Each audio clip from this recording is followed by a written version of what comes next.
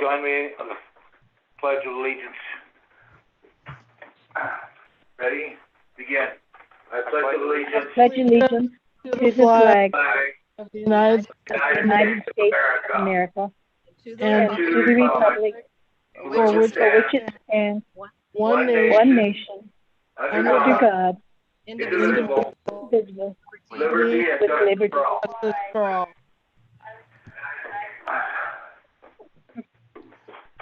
Thank you. Roll call directors. Director Gibson. Here, Director Kelly.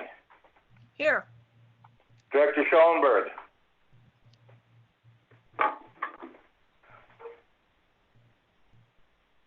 Are you Yeah. muted? Unmute yourself, Lisa.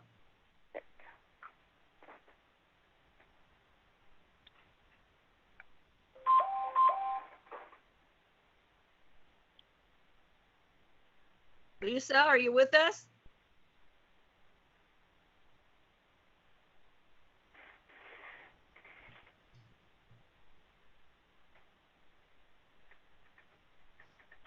Looks like she is.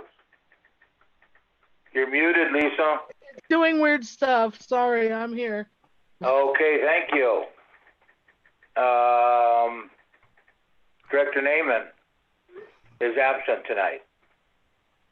So 4-0, 4-1. Item number 2.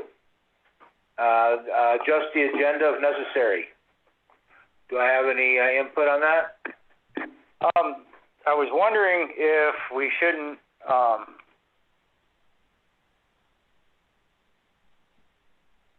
can I put it? Move everything from, I don't know. I was going to try to be able to explain some stuff about the nitrate situation. So maybe I could answer some of the questions that people may have about it before they all have the public comment section. But I guess that ain't going to work, so we can just keep it as is. Okay. And then add the closed, you have to add the item. Oh, the closed session thing. Oh, then we will be having a closed session. And somebody needs to make a motion to add. And I would entertain a motion to establish that fact on the agenda.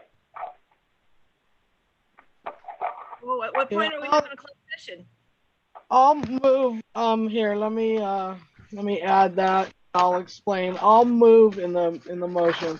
I'll move that we add an item to the agenda due to the need to take immediate action, and that the need for action came to the attention of this local agency subsequent to the agenda being posted. It's a closed session pursuant to Government Code 554957, conference with legal counsel, anticipated litigation, Government Code S54956.9B, one item to be discussed. Okay, and where would you like to enter that, Director Schallenberg? That's a good question. I got too much stuff in front of me. Hold on one second. I think that we should place that probably. It's going to be hard because we've got people on from the. I guess we're going to have to do it. I think we're going to have to do it after 15 because we have Dave and all that, because everybody has to leave for that. Okay. And we also didn't figure out the closed session ahead of time, so we have to go on and do, we have to do that whole thing where we exit and go into a different Zoom ID and all that good stuff. Yes, So good point. We're going to have 15? to after, do we need D or anybody after 15? Let's see, 16 or 17 we don't. Hold on a second. No, doesn't look like it. Yeah, so I would move that we put it as part of my, if you'll take that friendly amendment. Actually, I don't even think I got a second yet, but I'll move that we put it between item 15 and 16. Okay. Second that. Okay, Director Kelly has seconded that motion. Roll call of directors. Director Gibson. aye. Director Kelly, Aye. Director Schoenberg, Aye. Director Garcia is an aye. Okay, and then I would like to, because I think we're gonna go pretty long, I think even though we got, well, I guess we should just see how many minutes we get through. I was gonna try to put those to the next meeting, but I'll leave them on and see see what we get through. In reference to number 20, Director Schoenberg? I Yes. got it. I get it. Okay, so the agenda has so been, I have one question. Are we okay as far as Tiffany, are we okay as far as calling our attorney at that time? Because I don't know what time that's gonna be. I mean, we need to try to get through the other stuff, I guess, as quickly as possible. I asked him if he, how late he could participate. He said, "I'll be here when you need me." Okay, sounds good. good. Okay, that works. Number 3, public comments. Any comments not listed on the agenda will be limited to 5 minutes. Thank you. Do we have any public out there that would like to speak?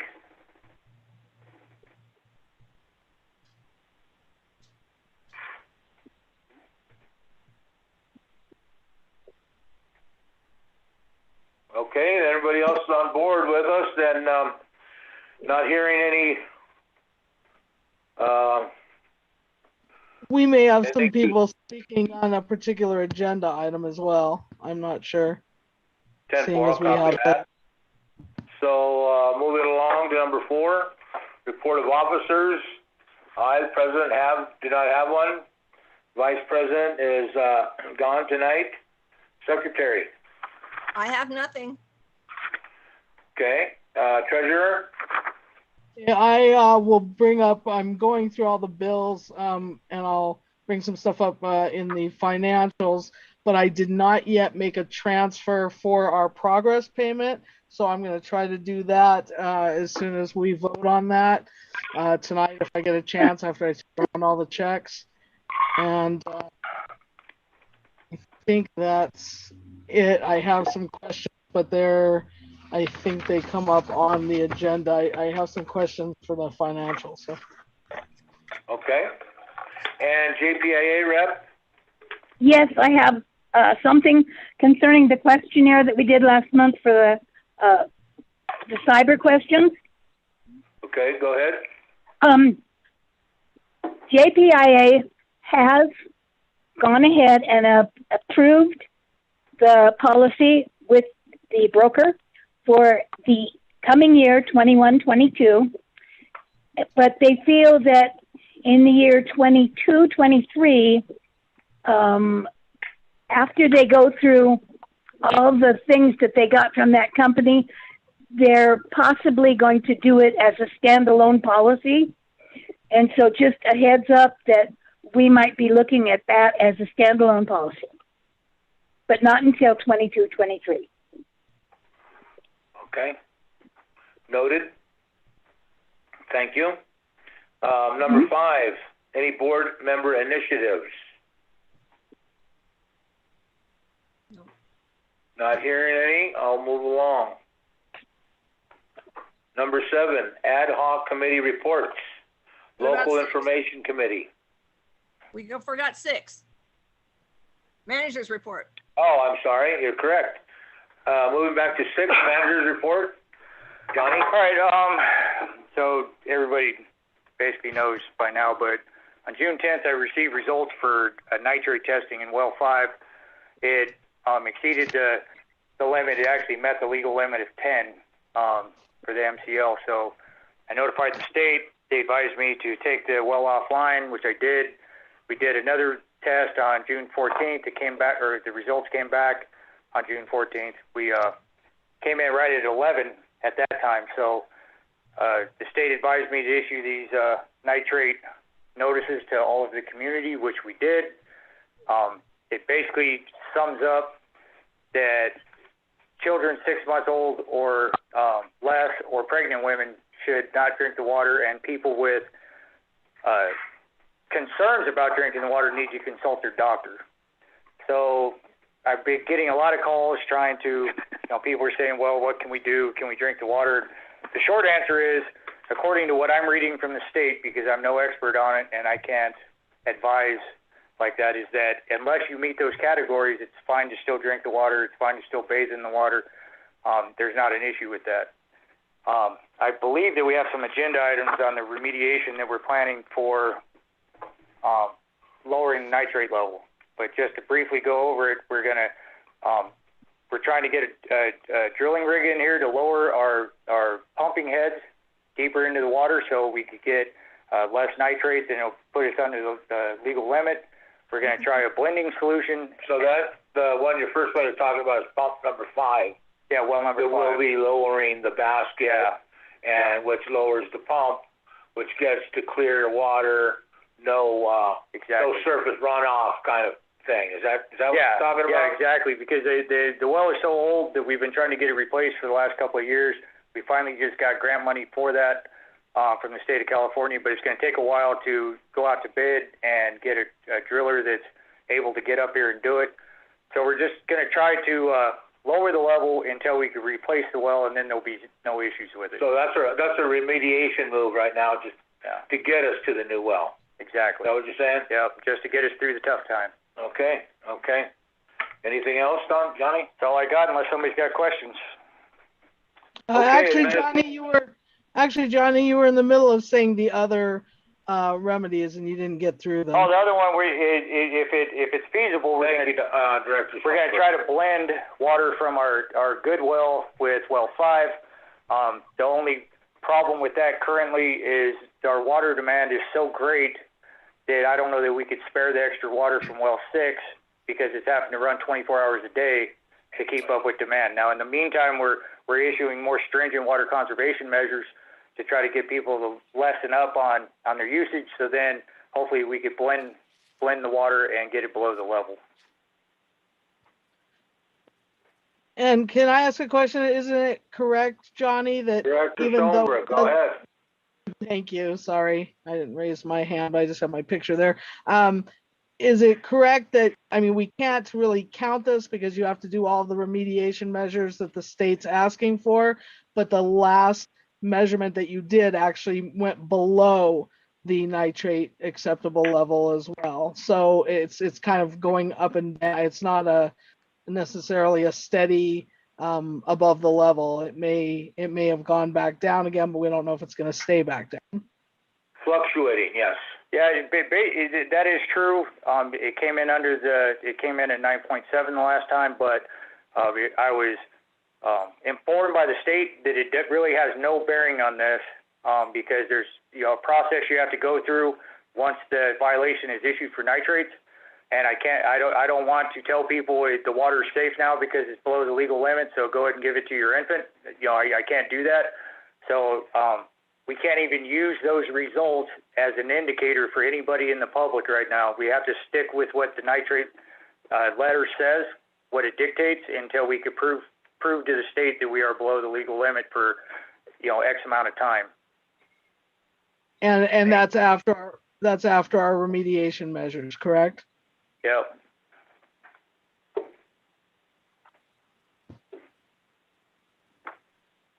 I'm just stating all that just so the public has a little bit better idea of what's going on. Well, of course, yeah. I just don't want to, if we put out there that the water is, below the legal limit now, and they assume that it is, and it's not. They still have to assume that it is not safe for high-risk people or individuals. For everybody else, you can still, live life as normal, but high-risk individuals should still consider it dangerous. And I have another question, Johnny. I know we had talked, not as the full board, but you and I had talked, and were we able to? Well, actually, I think we did vote on it last time. Were we able to get a pallet or 2 of water for high-risk individuals that need that? Well, again, I haven't had a chance to clear with our attorney that we could issue it to only one category of people. So I have ordered a pallet of water, but until I can prove that we can issue that without, any type of liability or concern, I can't put that out there until I check. Okay, thank you. Okay, 6A, Administrative Assistance Report. Tiffany? Okay, I just have that I finalized all of the Kern County assessment. So if you want the total, I have the dollar amount. Our standby fees came out to $6,070. And our delinquent accounts came out to $9,995.19. That's all I have. Oh, And Tiffany, those are the ones that are listed on the resolution, correct? The delinquent Correct. accounts. Yes.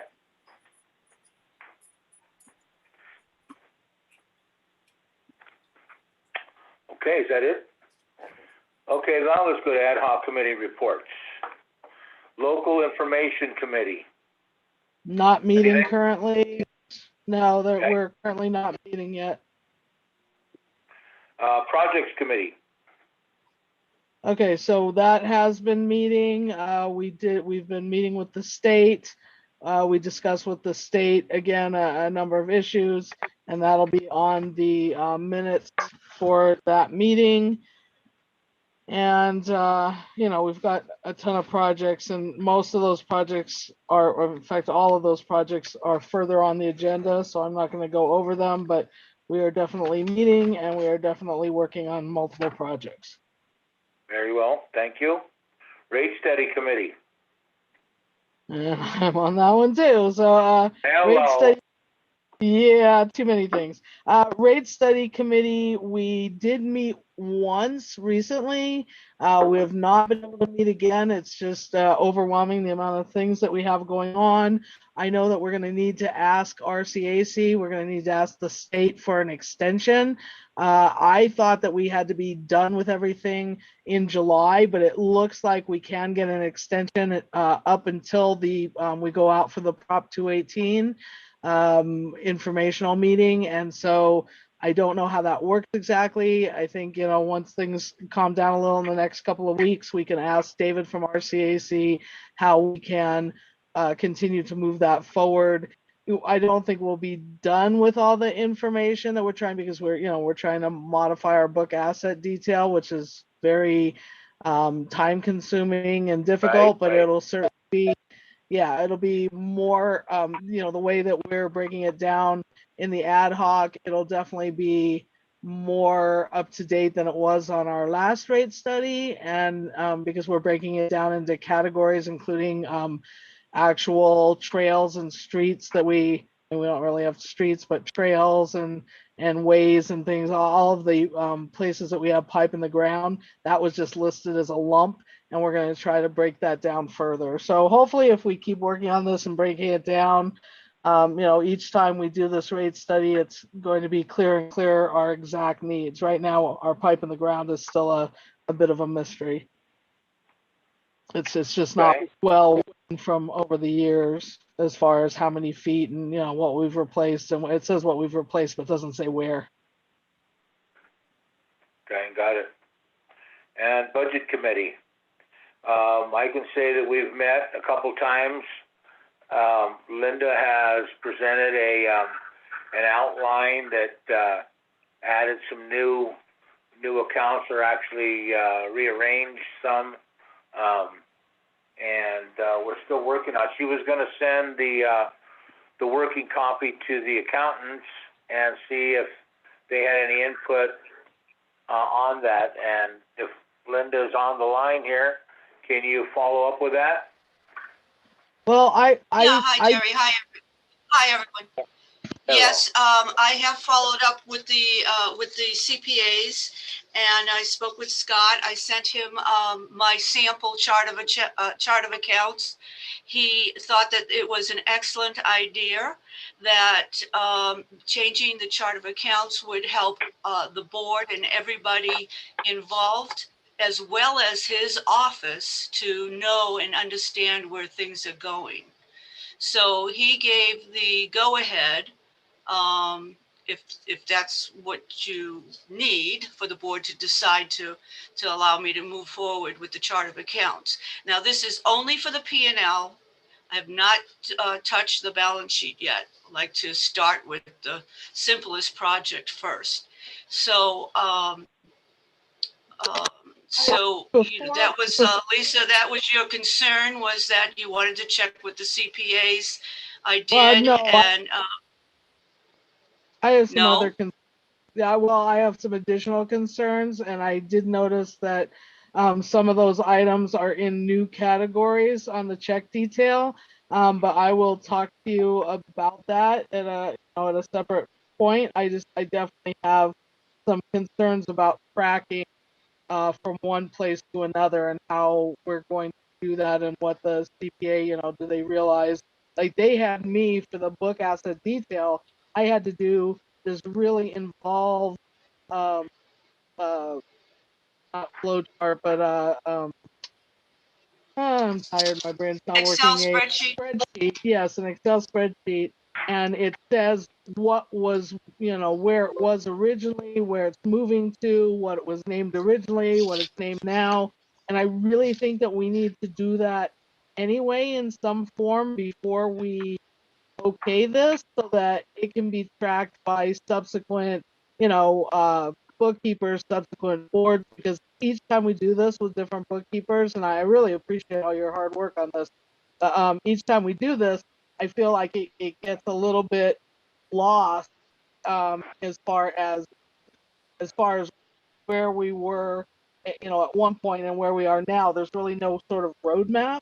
And so I'm really hoping that we can do, and I know it's extra work, but I really think we need to do something kind of like what I'm doing on the book asset detail, where it says what it was, what it is. Okay, and but some Lisa, sort of, Lisa, excuse me, I understand what you're talking about. You're talking about the balance sheet right now. We're talking about cleaning up the profit and loss statement right now, which will benefit everybody, and it will make it a lot easier to track what no, needs to be tracked.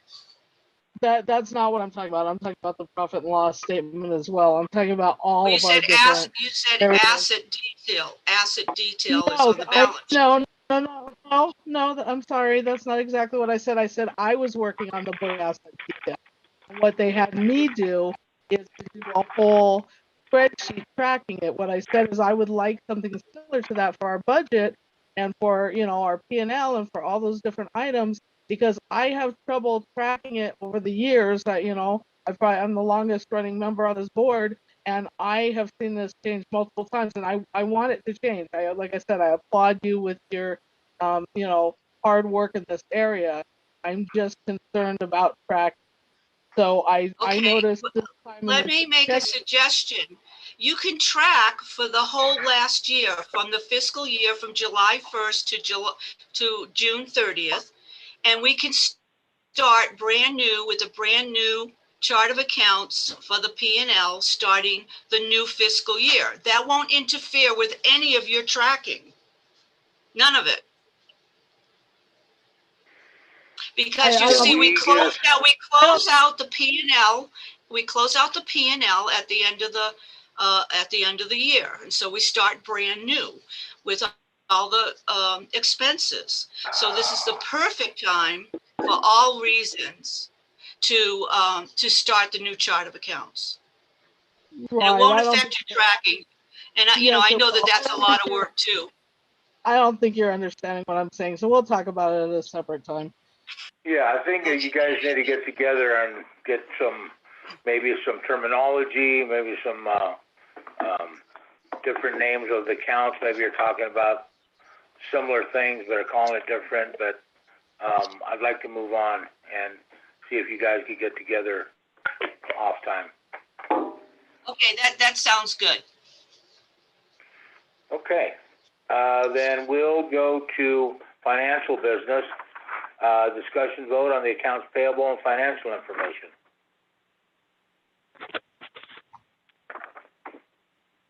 Linda?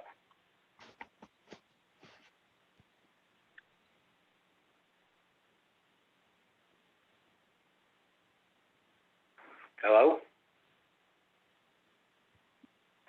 Still on with us? There I go. Sorry. There we go.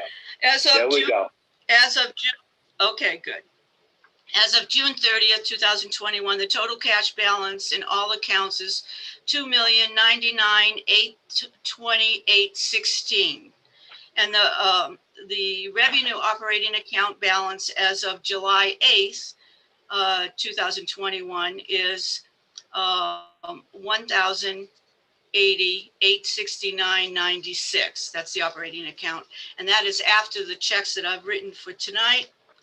For today's disbursements at $7,626.50.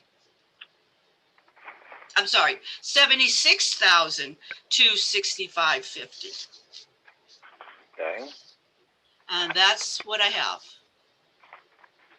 And then I have some questions on the financials. Director Schoenberg, please take the floor. Okay, so on the Aqua JPIA payment, I just wanted Yes. to make sure with Linda, I'm concerned because the checks were written together, and I don't know if we've done that before. One of them is for property program renewal, and the other is from our normal medical insurance, the 11,000, Right. and then the 6,000. So they were written together, but on the check itself, it's a little.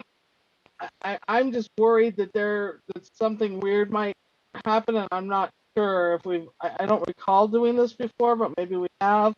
I'm just worried because it says on the check itself prop program, but that's only 6,000. 11,000 of that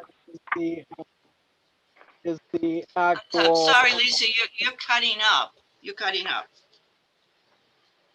Yeah, there's two payments, one for the property and one for the medical. And yes, I put them on the same check. They're separated out. So ACWA can see that one is for property and one is for the medical insurance. I can't think of why they wouldn't be able to figure that out.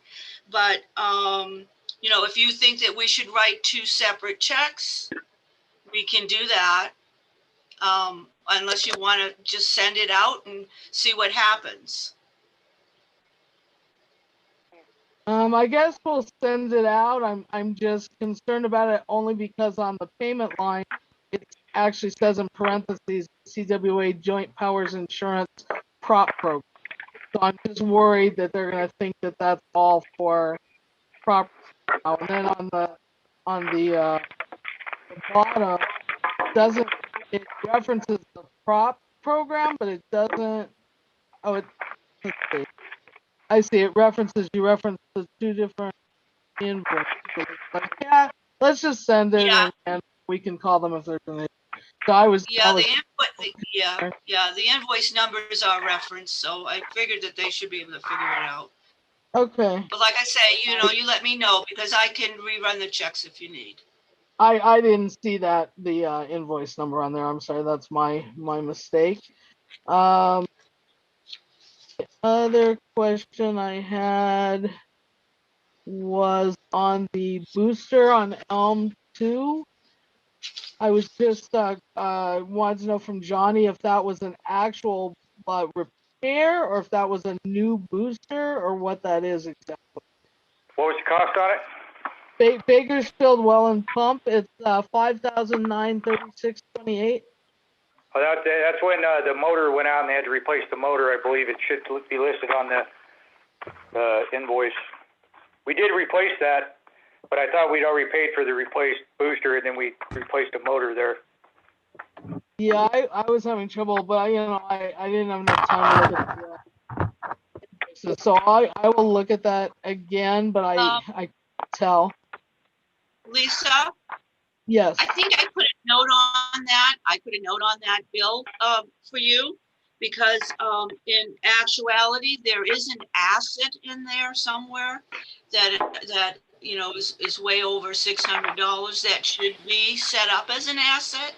In my view, okay? And, you know, for where it goes and everything, you had mentioned once before, we keep buying all these parts and equipment, and we don't know where they went or where they're going or whatever. Well, this is where we can start, because there is a booster for Elm, number 2, and that should be set up as an asset. I don't have the breakdown in front of me because I gave you the bill, and I kind of made some notes on it to bring to your attention. So we can discuss that. I saw your notes, and that's exactly why I'm asking. I believe that you're correct, because if it wasn't just a repair, if it was an actual motor that we paid for, then you're correct, it should be an asset. Right. So, If I had the invoice in front of me, I could look at it and tell you. It might be the brand new booster itself, but I don't have the invoice. it's a little. Yeah, I think it is, Johnny. What? It is. Yes. It is I think the it is. booster? I remember the bill. Okay, Yeah. good then. That's what it is. Okay, Lisa. So I'll get together with you, and then we'll discuss it, and we'll reclassify. Okay. That sounds good. Okay. Thanks. Okay. I'll entertain a motion to pay the bills then. Hold on, let me just make sure that was the last question I had.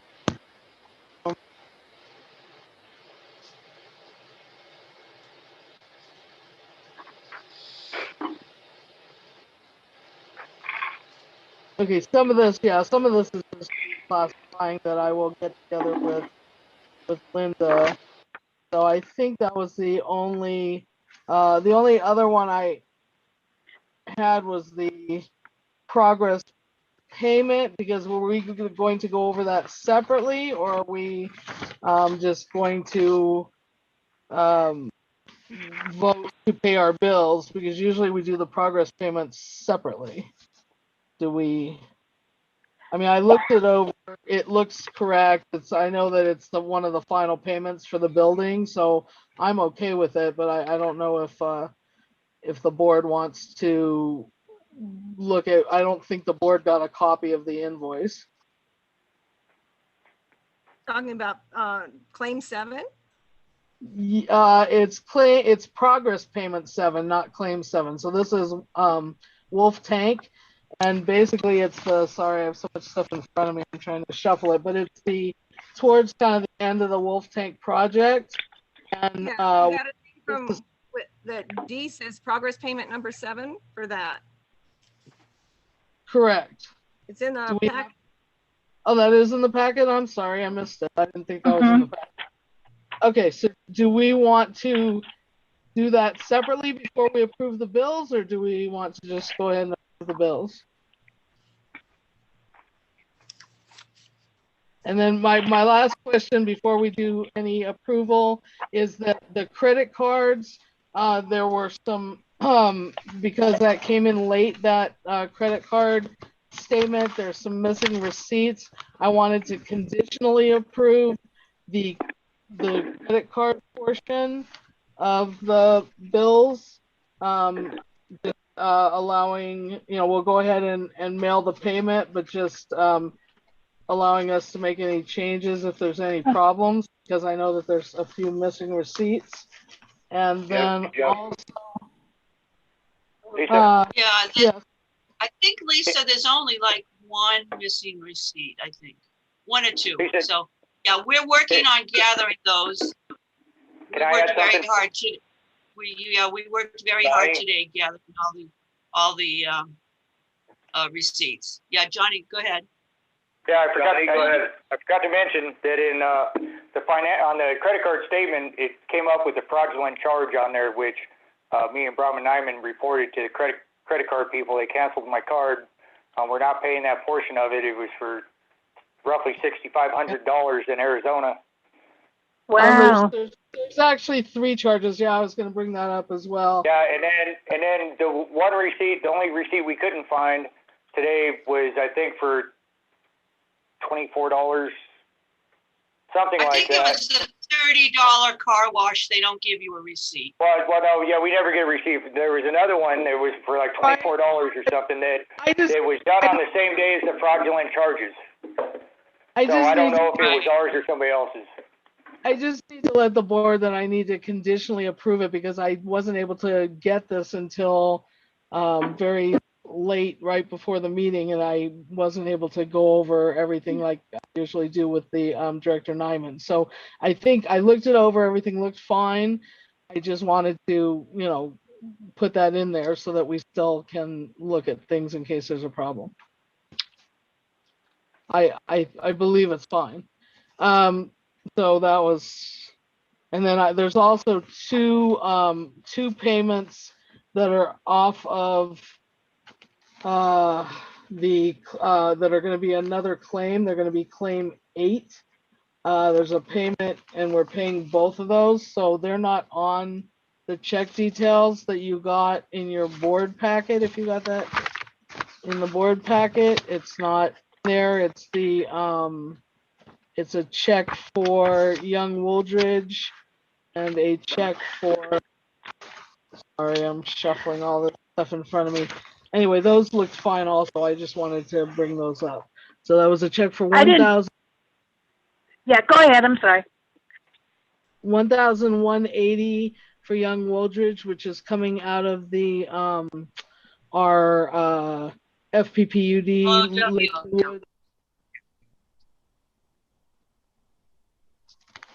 Right.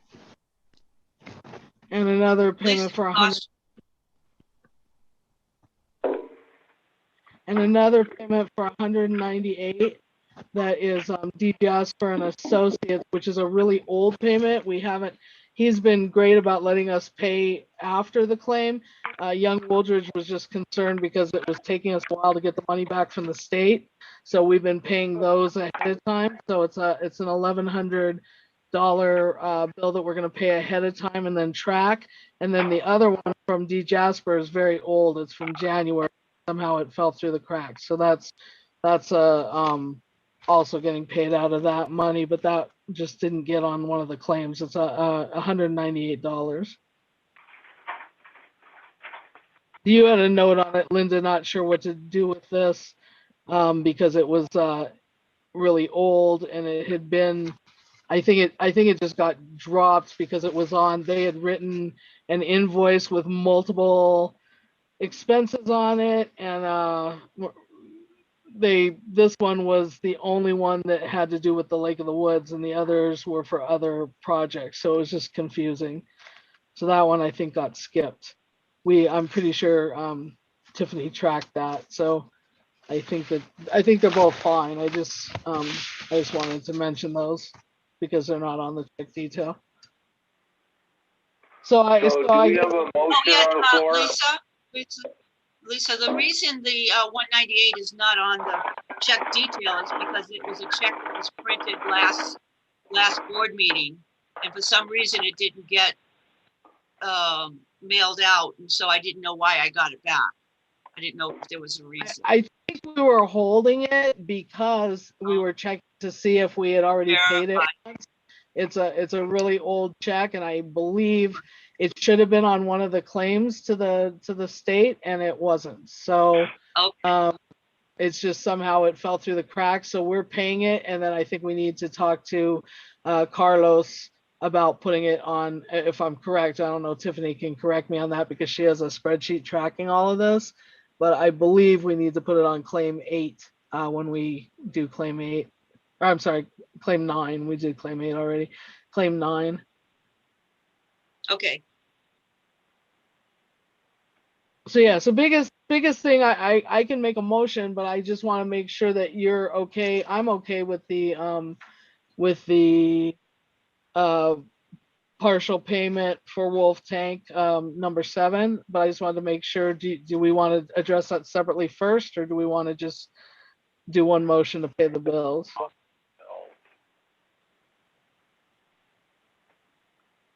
Just asking the board. Well, Do any of the board members have any input? looking over the claim, it looks okay to me, but then I'm not deep into the financials like you and Brahma are. Yeah, I think it's fine. It's a payment for the building, and they have been in the process of doing that, and it's not complete. it's not absolutely complete, but they've got quite a bit of it up. And so it's a payment for kind Right. of the finishing the building and right, what's kind of left of the project. Right. Okay, not the final one.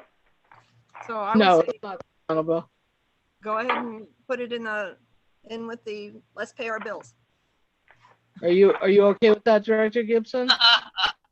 I am. It's, yeah, if you're comfortable with it, and we can track it later on through, like, if we ever needed to see it again, Tiffany could find it, right? Right, I'm gonna put it Even in the if we wording. don't break it out. Right, I'm gonna put it in the wording of the motion. Okay.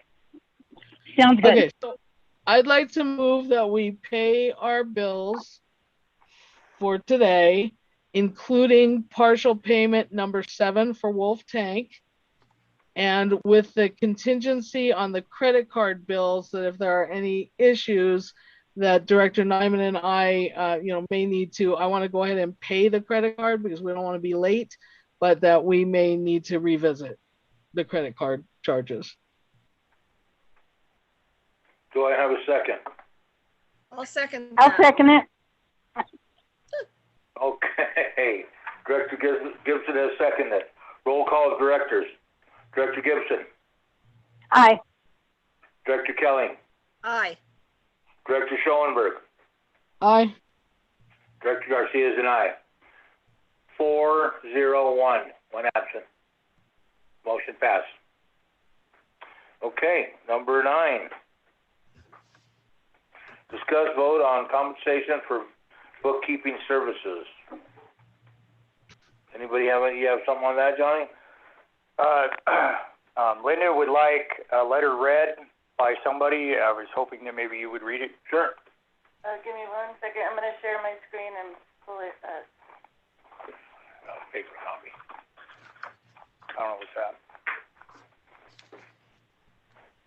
Yes. Is this Linda Wilkie or Linda other one? Linda Wilkie. Okay.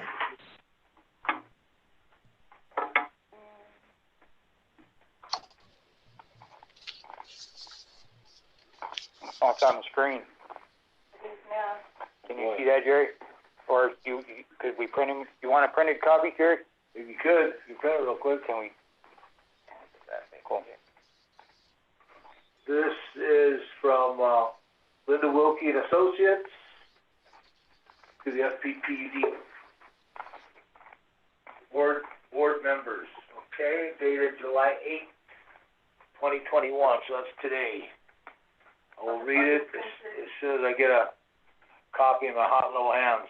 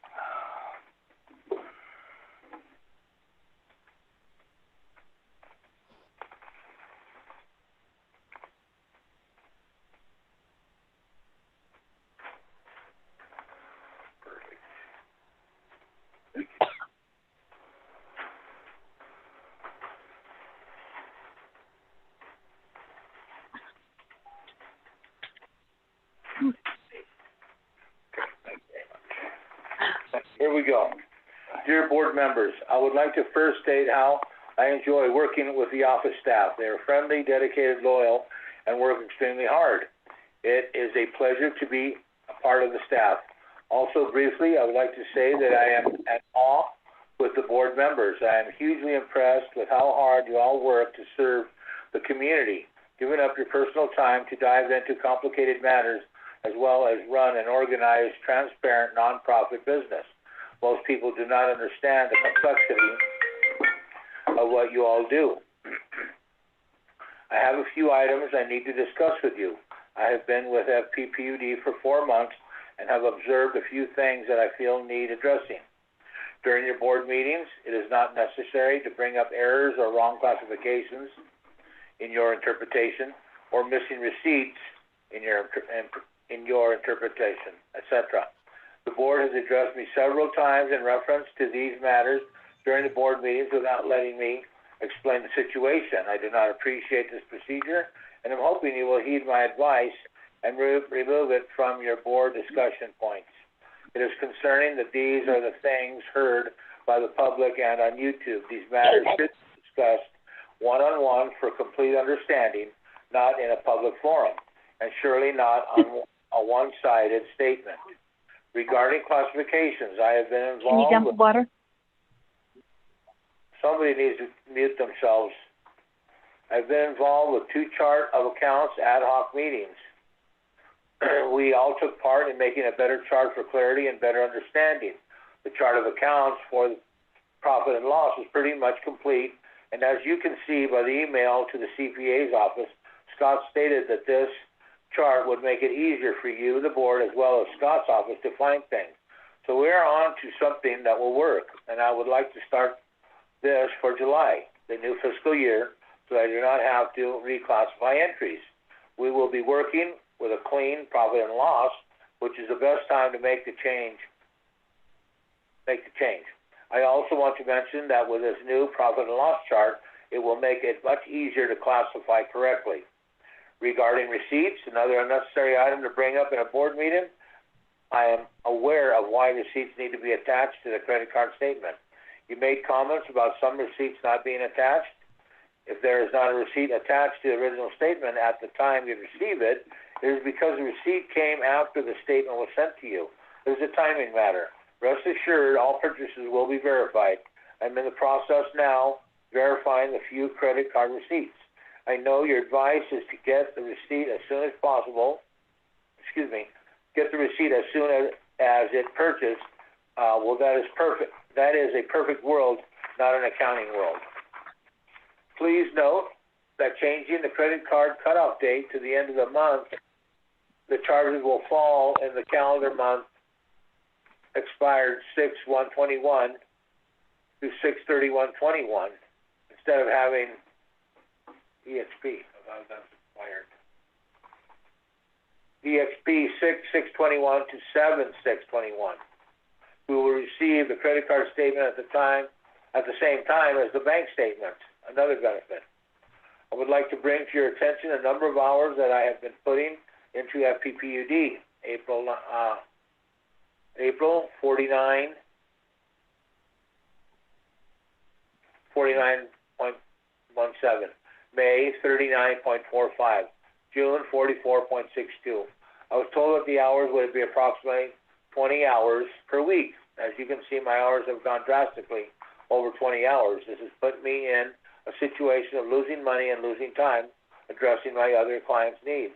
Your thoughts are probably, our prior bookkeeper was able to do it in approximately 20 hours. Well, first of all, your prior bookkeeper was amazing. She is actually faster than most people and had a style that suited her speed. She knew every trick that QuickBooks offers, and she did your accounting for 10 years. Also, she did not attend many board meetings. So the difference between us is that I am a hands-on, I make my own entries. I have been here for only 4 months, and I attend every board meeting. The extra amount of time can be accounted for year-end reports and ad hoc committees, emails, computer and program setup, organizing, reviews, learning schedules, start of new filing system, new profit and loss chart, extra entering, etc. I am sure at one point the hours will become less, but that will never make up for the loss I have already incurred because of misinformation of the extra number of hours for year-end. Agenda 9 is up for discussion on this matter. I would like you to take into consideration by having an assistant come to enter the payables and receivables and filing, which is data entry. I would run the checks, process the schedules and reports and journals, and would free me up to do all reviews, which I have not had time to do. This is actually a good choice because if I should have to be absent, then you will not have to worry about getting the bills paid because someone will always be available from my office. This is all for the moment.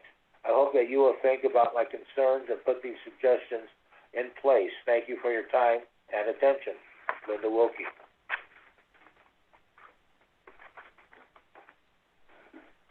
Any discussion from the board after hearing that?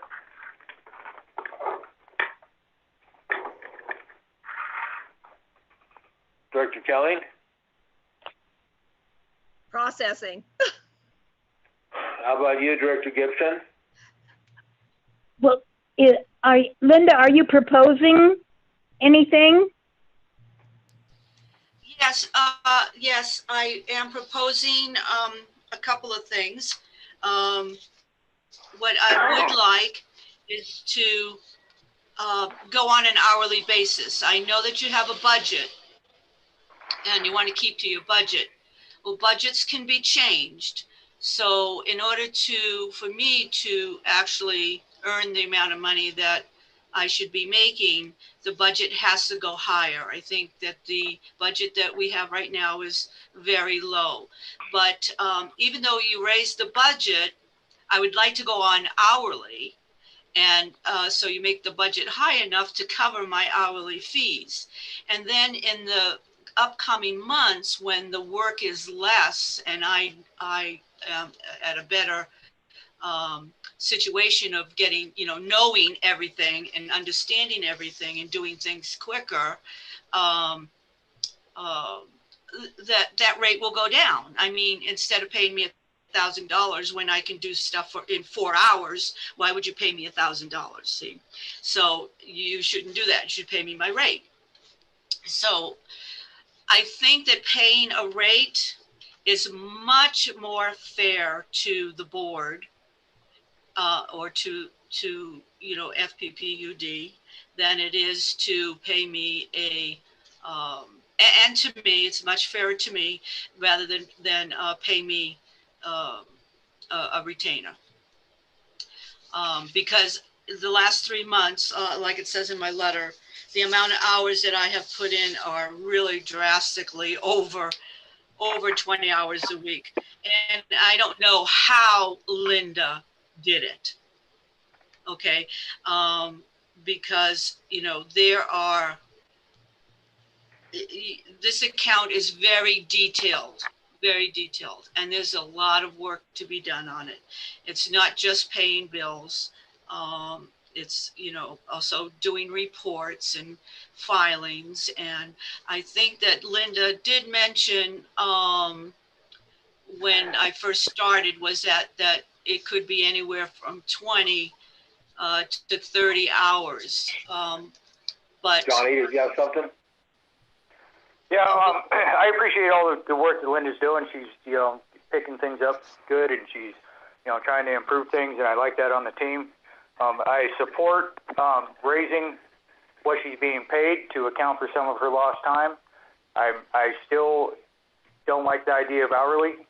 I think it creates extra complications for everybody. Being the highest paid employee of Fraser Park Public Utility is, it's kind of a negative feeling for some people, but mostly it's the tracking and the keeping the hourly wage separated between our work and other people's work. So I think it's fair to come up on the monthly fee, certainly, to where she's compensated as well, and then she's also better able to handle other business while she's working with us as well, and it won't be a conflict.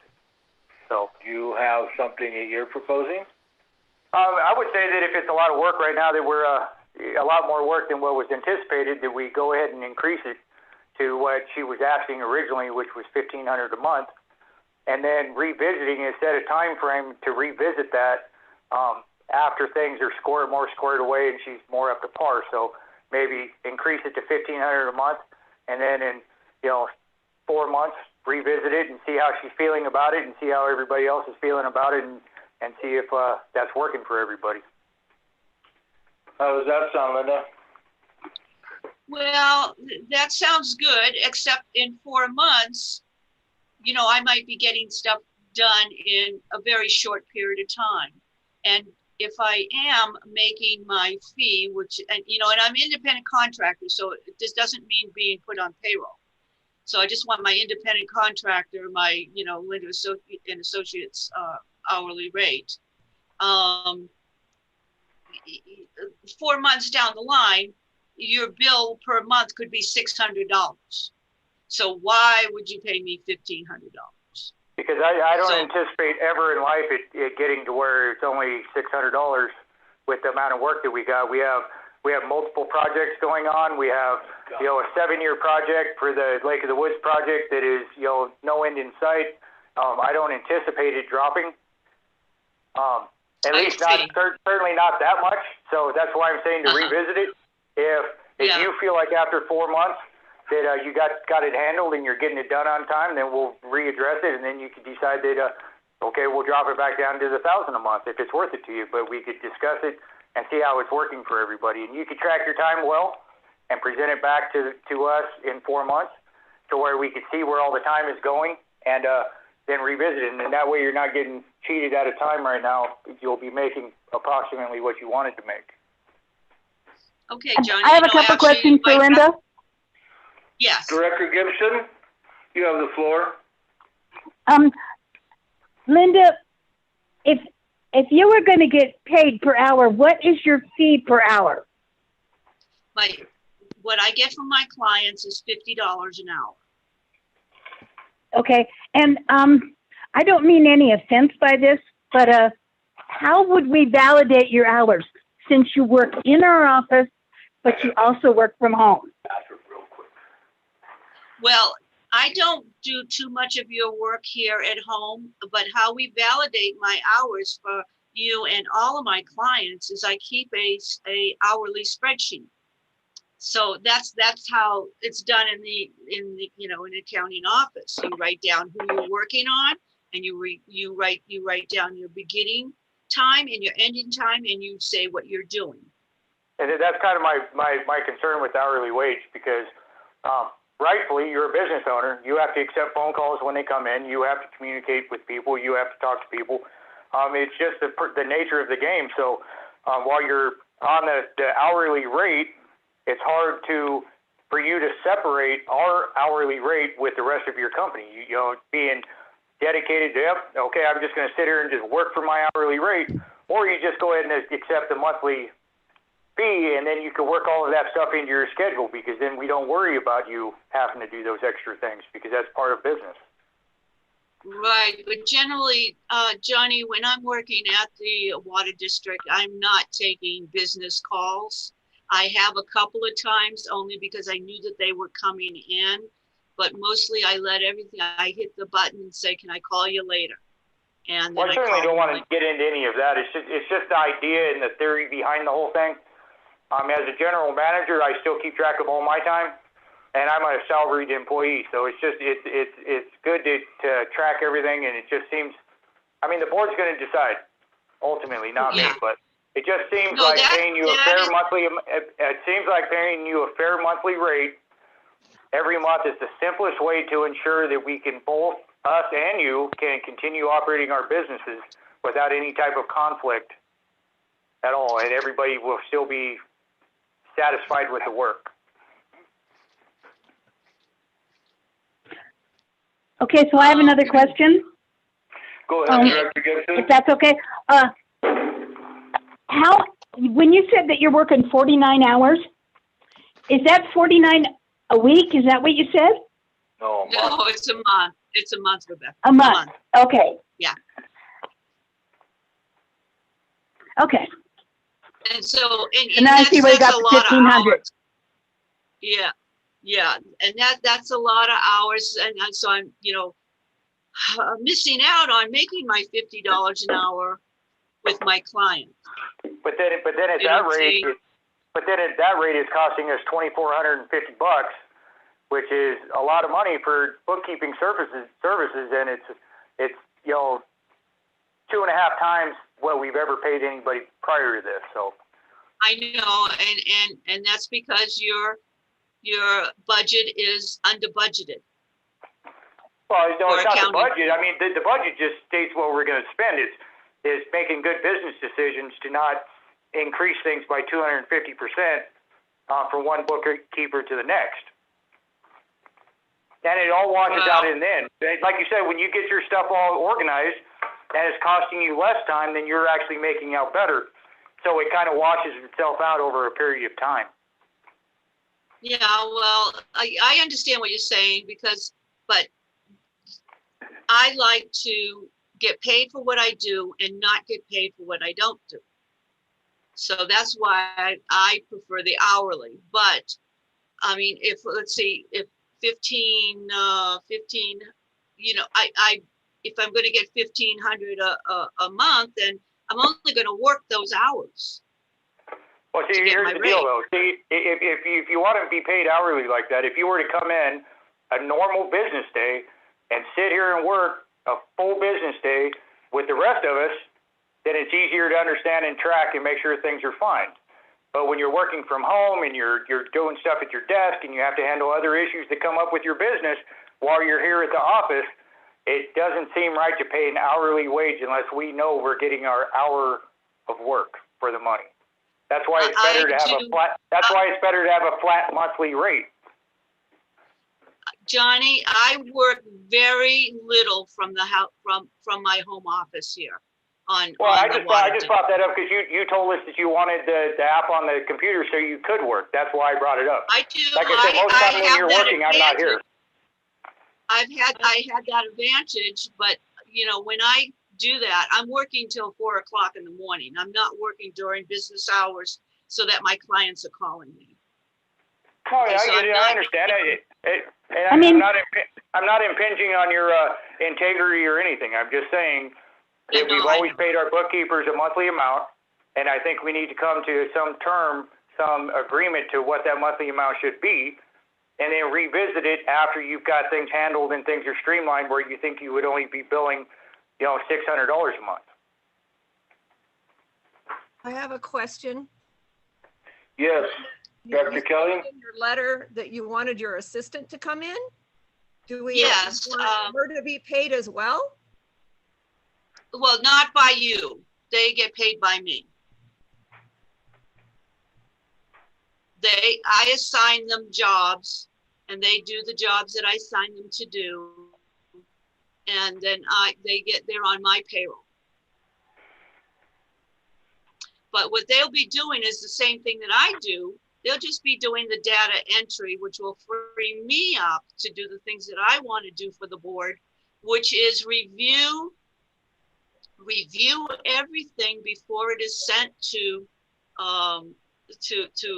Lisa and to Brahma and to the rest of you for review, to take a look at. And I have not been able to do that. Right now, what I've been able to do is just get everything done and not sit down and take a look at it and review it and make sure that everything's in the right place and stuff like that. So it's really wearing on me not to be able to get that part of the job done. And, plus they could do things like set up my files. I started the files for, because there was complaints about the filing system. I started a good filing system, but I haven't been able to get back to it. And, and my assistant can do stuff like that and get the filing system going for me and to the payables and to the receivables and stuff like that. Really? Linda, I've just got I know your integrity and I'm not impugning it at all, but we represent the people of Fraser Park and we have to be transparent. If we don't have a way to validate the hours that you work, how can we justify a carte blanche to pay you per hour? You know what I'm saying? Well, I'm just trying to do my job as a representative of the people of Fraser Park. Absolutely. Let me answer that for you.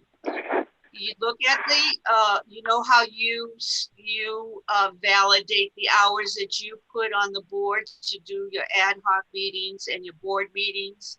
All of your hours go on a timesheet that's at the office.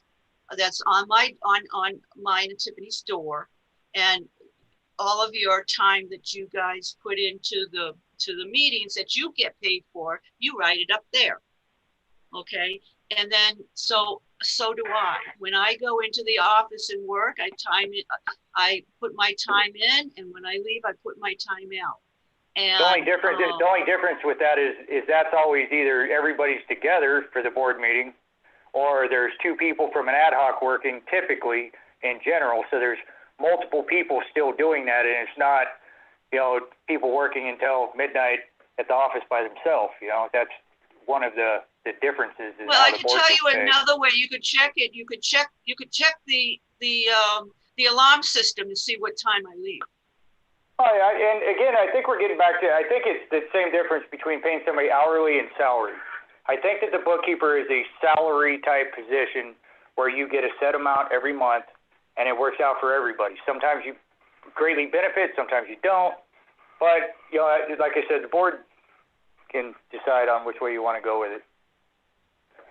Yeah, so, Okay, but Johnny, I have to disagree with you. Being a bookkeeping service is not a flat rate business. It's an hourly business, just like Okay, an yeah. attorney is Okay. an hourly business. All right, but the way we've had it structured in all of our bookkeepers, that's how it's been structured. So that's why the board has to make a decision on if they want to change their structure or not. Okay, that's true. And when we put it on the thing for our ad hoc meetings and for our meetings, when we go through the monthly bills, we check each other.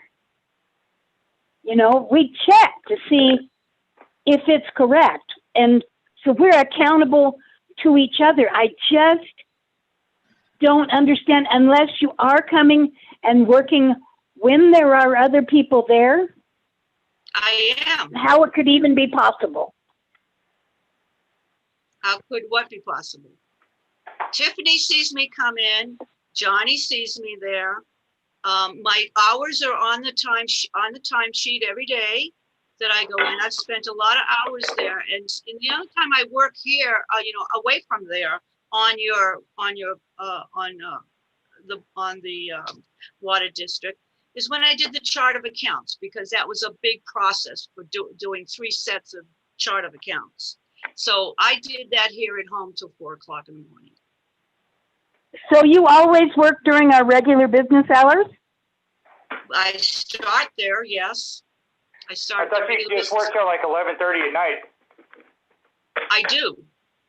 Okay, so that's I not have. the regular. That's what we're talking about. That's not the regular. I was there last night from, what time did I start? I don't know, Tiffany may remember. 1 o'clock in the afternoon, and I worked till 11:30 in the evening. And we don't have any way to validate that. It's not that I don't trust your word, but we represent this town, and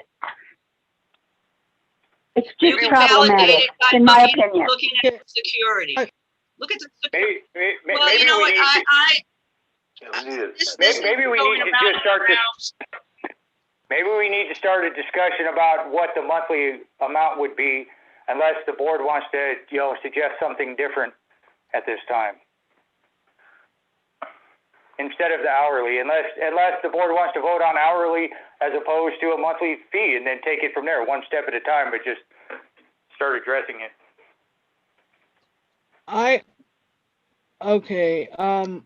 would like to, until we have more time to discuss this, because we have to rethink the whole way we've been doing things.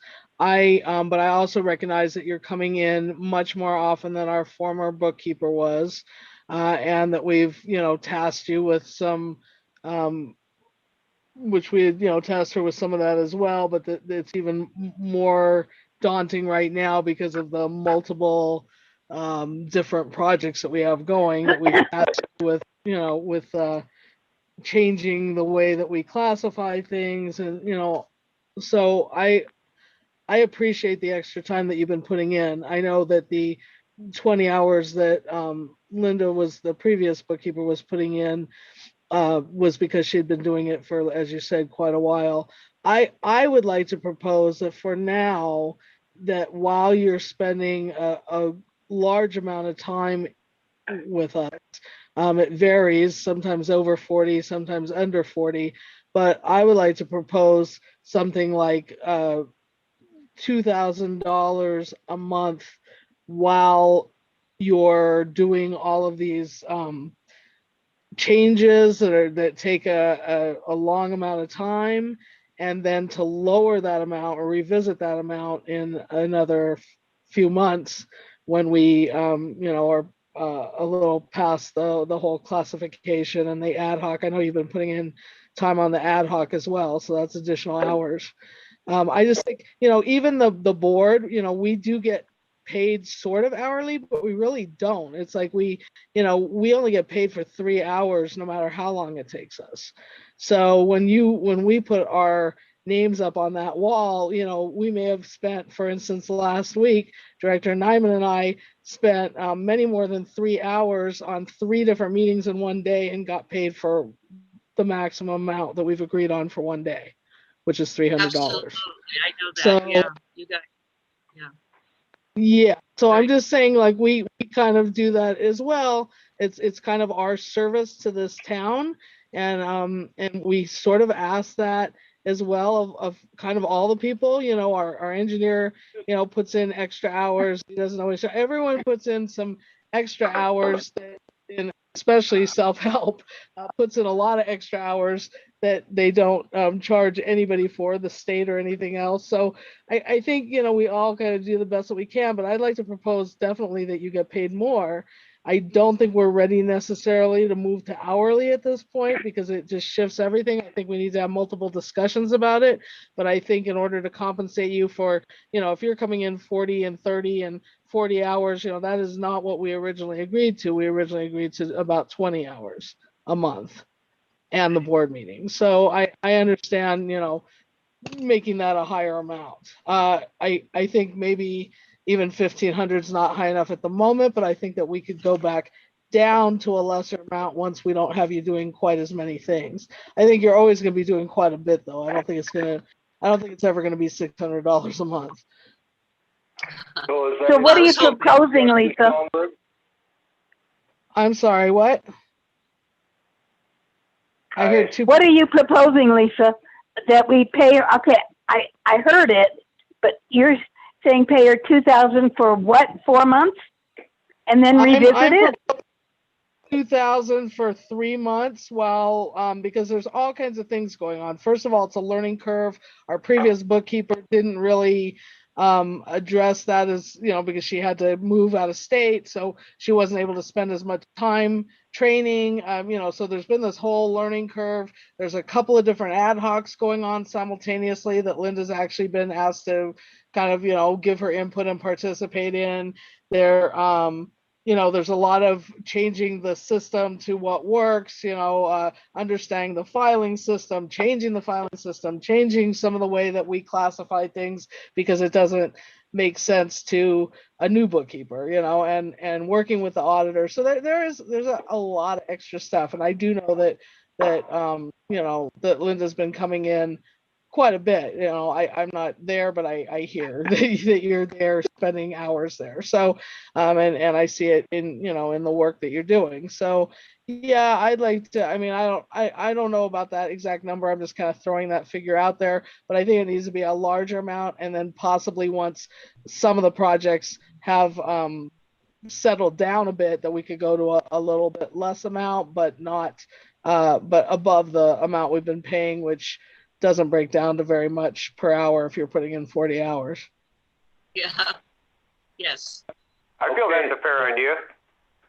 Any other discussion on that? Do I get a second? Well, I'm still concerned about the assistant. Johnny, do you want someone else in there other than Linda? Oh, yeah, I don't mind if she has an assistant come and do work.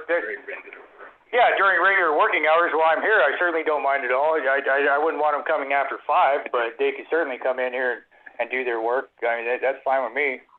I think it's really important, though, that be rewritten, that the contract that Linda has between us says nothing about that. So we need to revisit the contract, which is simple to do.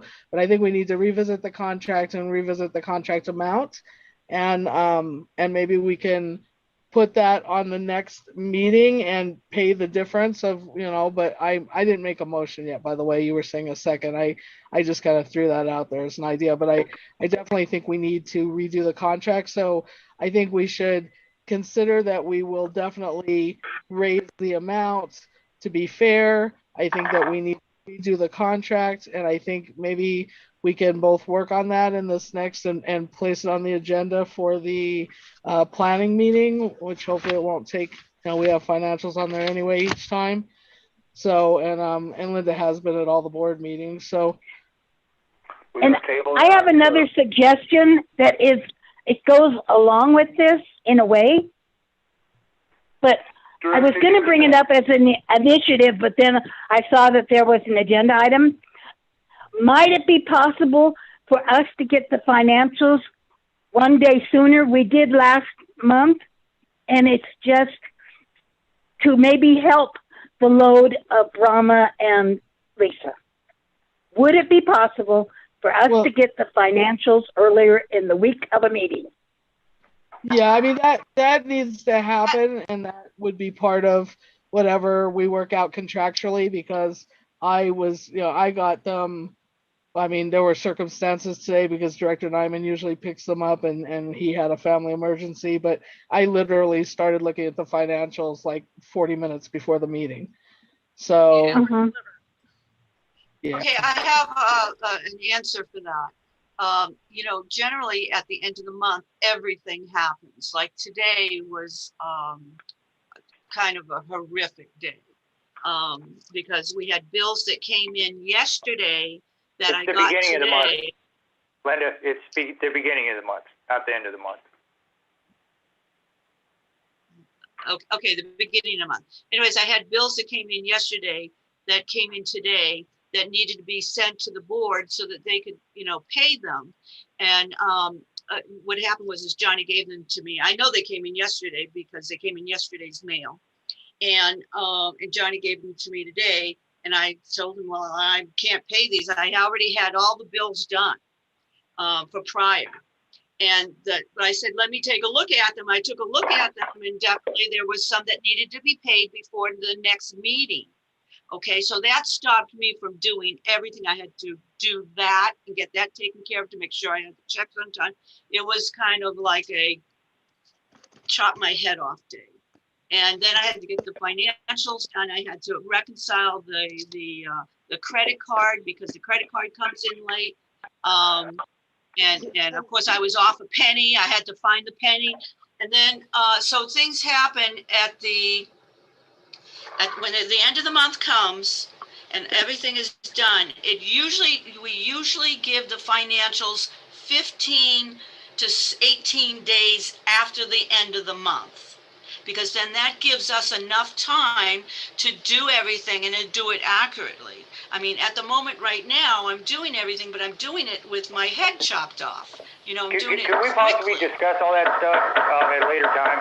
Yeah, I think we're getting way off point. We have a long agenda. So, What I'd like to, I'm sorry, but somebody asked the question. yeah, we're gonna have to table this and put it onto another agenda. Did you Jerry, decide when you wanted that? Jerry, can I propose? Let me propose just one more thing. We compensate you for money that we felt that you deserved after the fact when you were training with our previous bookkeeper. So I'd like to table this. I'd like you to present us a new contract. Okay. So I move that we table this until our planning meeting, which is in 2 weeks, that you bring us a new contract that deals with your entire company, which I think it sort of did the last one, but I think it names you specifically. So we just need it, the name of the other people that would be coming in as part of your company, so that, they're covered or by, you, but they're also, in case there's any issues, and what you're proposing as far as a flat rate. And we can talk about that at the next meeting, and that way we can move on. But I would like to propose as part of that we definitely back compensate Linda from this meeting, once we agree on a price. Is that a motion? Yeah, Also, it was a very Right. long, wordy motion. And do And I, basically, we're tabling it, right? Sure. I'm sorry, we can't hear each other. Director Gibson, you have the floor. I am insured. I couldn't hear that. Lisa, what I said was that, what you don't know about my company is that I am insured. Right, for the My other. girls No, are insured, I am insured. no, I understand that. We would need that, but yes, For errors I and omissions, understand that. Okay, so are we going to table this, or are we going to do this? I need a second for tabling the motion. Yeah, for my motion to table. That was very I wordy. will second it for tabling it. To Is the that planning. Director Kelly? Can you What guys was hear that? me? That was Can you hear Gibson. me out there? Yes, we can hear you. That was Gibson that seconded the motion. So, and did Director Kelly second it? Director Gibson. Oh, thank you. Thank you. Okay, I have a second on the motion. Roll call of directors. Director Gibson, Aye. Director Kelly, Aye.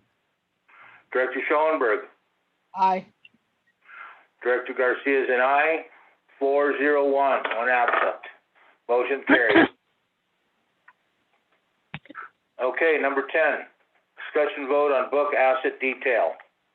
I covered that actually previous to this in my treasurer's report. So we have no further, or I'm sorry, in the committee report, we have no further work on it, and we need to talk to David of RCAC to see about extending till October.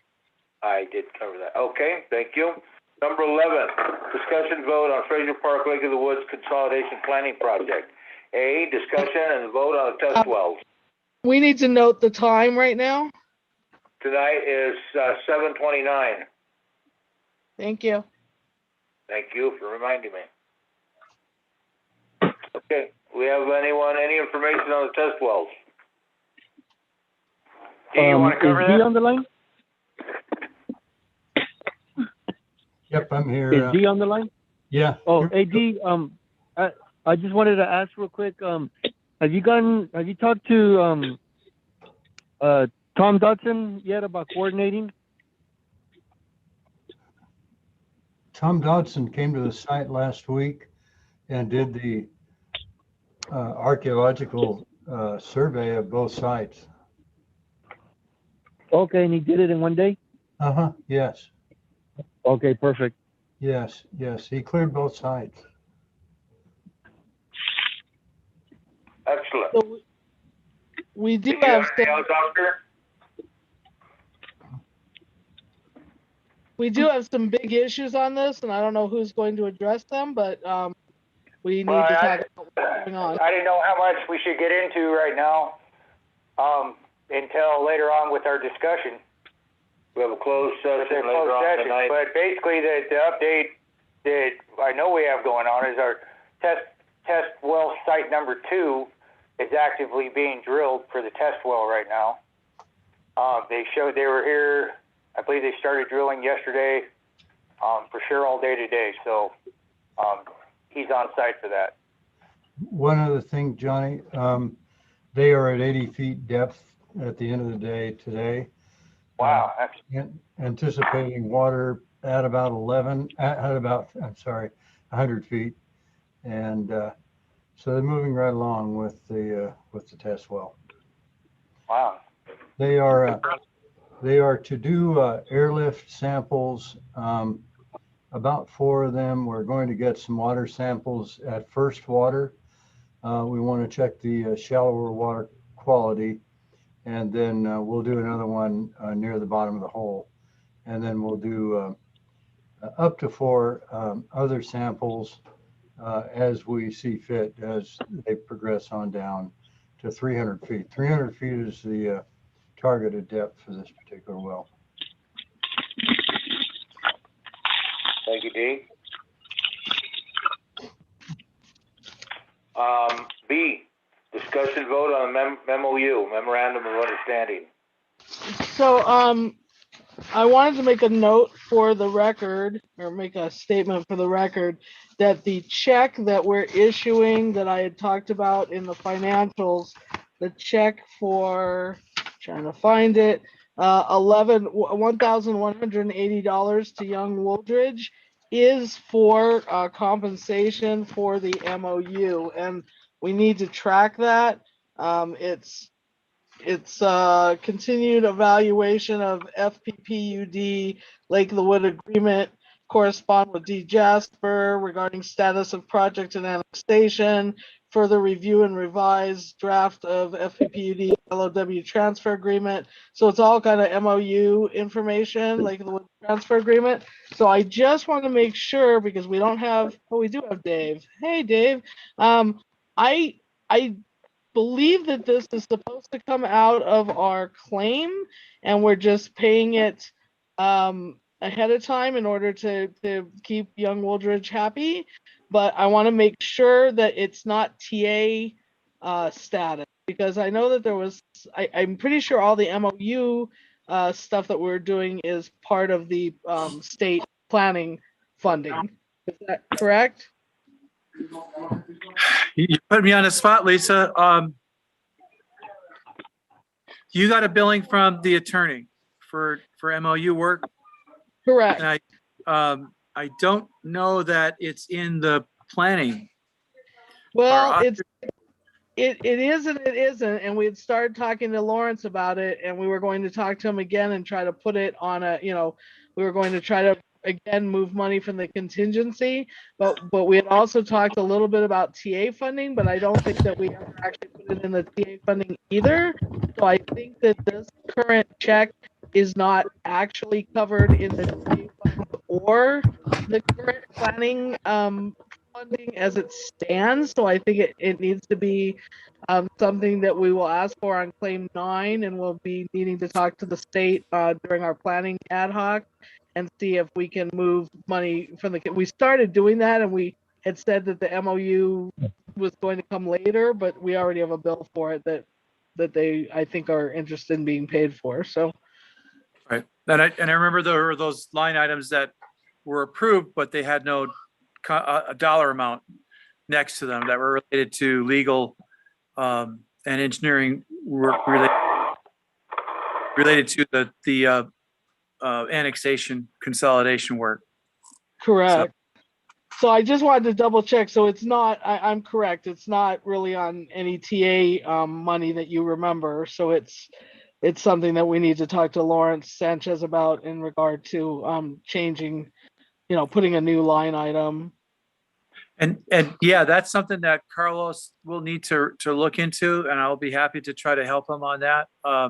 It's just, yeah, it bears looking at, because years ago when you had the pre-planning money, it was all coming out of that pre-planning pot of money that you folks had. And then that switched over to TA, and some of that carried over, some of it may not have. And it was very confusing, as I recall. I had tried to move the lines in the, what comes first and what comes second, and it was in number 1 task, and we moved it to a much later task because we didn't feel like we were ready for the MOU until after we drilled the test well. So I think, Carlos, if you can just keep me and keep Director Nyman in the loop, and just talk to us maybe before the planning meeting, so that we can, the planning ad hoc meeting, so that we can discuss with the state and be on the same, be in the same. If there is technical assistance money, and it is a past due bill for this year, we have to get it paid by, or at least let people know. So that's something that we have to straighten out within a week or less. So, okay, well, we gotta make if it's TA, we gotta make it by the 10th. Yeah. Well, it wouldn't be TA because unless you're saying compensate us back from the TA, because we approved it to be paid tonight. Right, right. And I'm just saying that's an if, but we just need to double check and we need to get, Okay. yeah, it could be, We're okay paying this and tracking it, and if it is payable by TA, you can let us know, and if it's not, then we just need to discuss with the state that we need another line item, which we had already talked to them about. We just don't have it yet. okay. And I got another question. I got one invoice from Young and Woolridge, or from the attorney, and it's for 1,080 or something like that. That's this And then I one, got 1,180. Yeah, and then I got another invoice from Tiffany that was supposedly from April for the same amount. Are these different? No, Invoices? this is April, 4/30/21. Okay, so that's the same invoice then. Yeah. Okay, yeah, because I got one from Tiffany that had the April date, and then the one I got from Dave, that he got from Pamela, I guess, had a June 30th date. So I was just confused if it were two different ones or if it was the same one.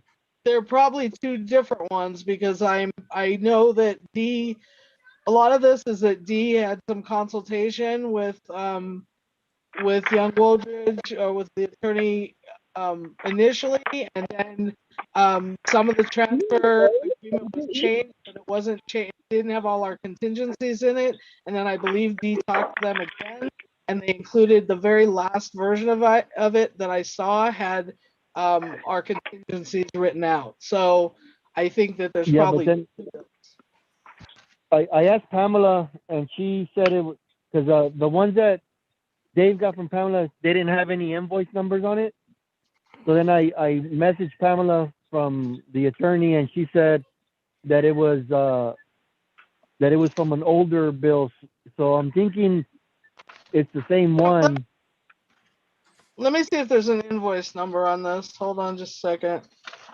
Yeah, the one that I got from Tiffany has an invoice number, but the other one didn't. But it seemed like it was the same kind of description, and it was for the same amount, same exact amount. So I'm thinking. Then it's the same bill, and what's been happening is Young Wooldridge has not loved. The state takes a very long time to get money into our bank accounts so that we can pay the people that we owe. So I think that our attorney was a little upset that it was taking so long, and so we had agreed to pay things ahead of time, track them, and then get compensated after that we'll worry about getting the compensation back. We make sure that they get paid. So I think that they probably billed us a second time because they were getting anxious for their money.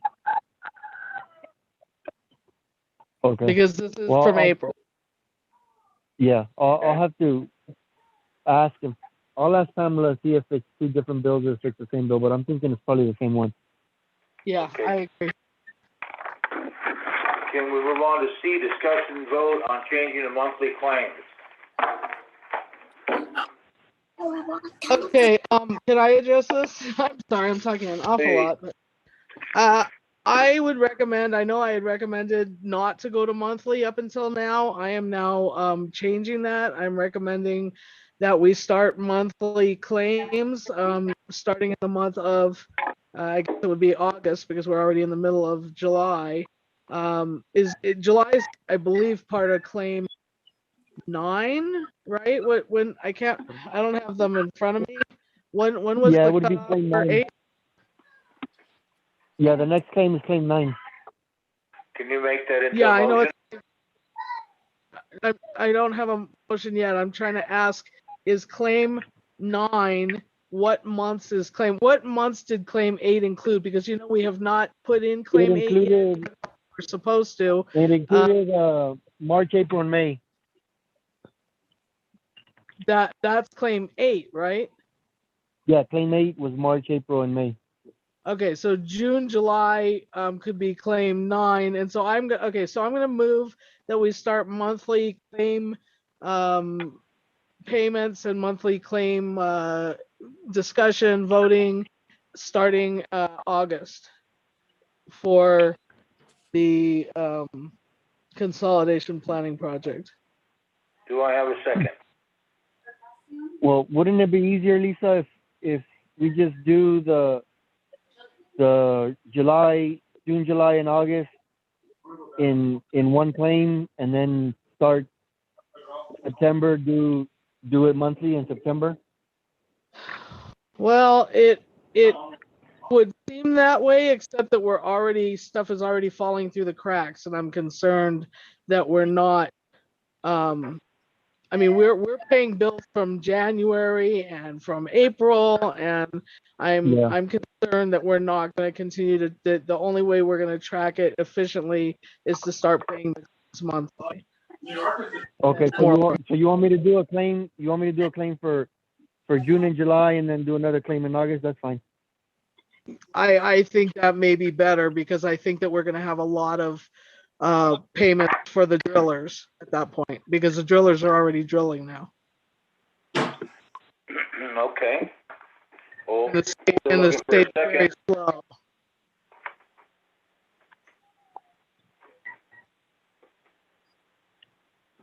Do we have a second for the motion on the floor? I'll second that.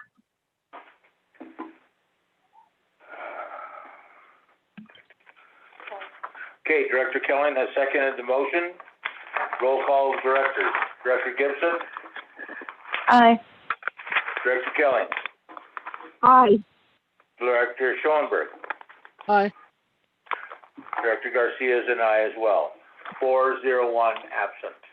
Motion's carried. Okay, discussion update on claims and payouts. Letter D.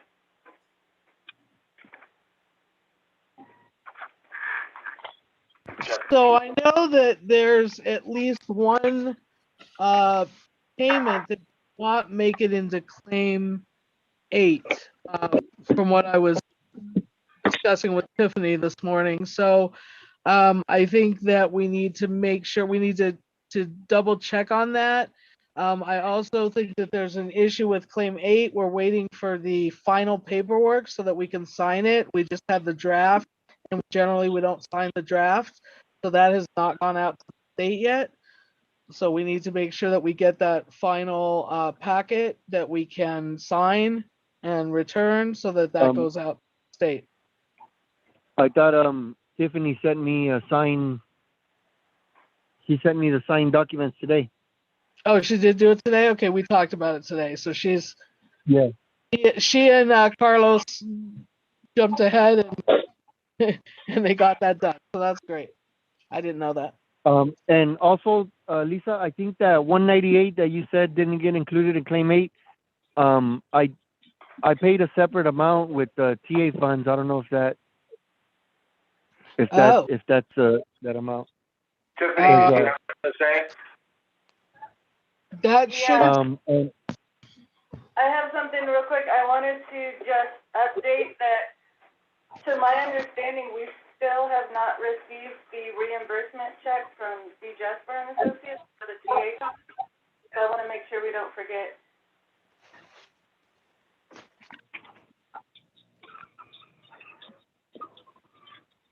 And then also, DJ? Yeah, I'll check that with Kelly. I'm writing a note right now. Find out why that hasn't been issued. And the 198, just so you know, is invoice 21-01046B, and it's January 31st, 2021. Okay. And there were 3 items on that claim. It was on that invoice, I mean. A couple of the items, I believe, were covered by the EA funds, and this was administrative contract with Johnson Drilling, and should have been on the planning. I'll have to check on that thing. Tiffany, can you send me that information? I will. Lisa, do you mind reading me the invoice number one more time?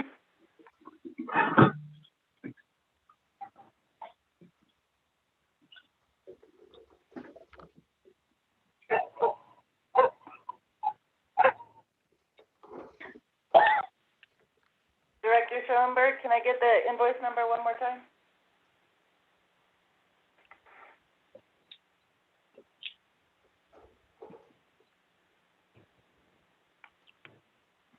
Lose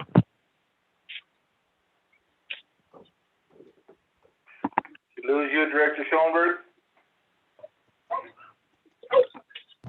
Oh, I'm talking and it's on mute. I love technology. Okay, I'm gonna try that again. So invoice 21-010-4. It's getting very dark in here. I need to turn the lights on. 46B. 21-010-46B.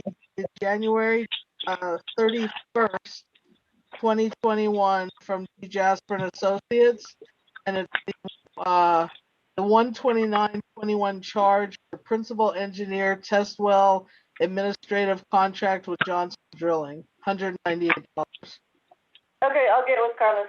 Thank you. Okay. Okay, thank you. Number 12, discussion vote on an update on Fraser Park Utility District meter replacement project and emergency replacement well and water supply project. Letter A. Discussion vote approved. Wait. Can we note the time because we're no longer on the planning? 7:48 is the time. Thank you. Letter A.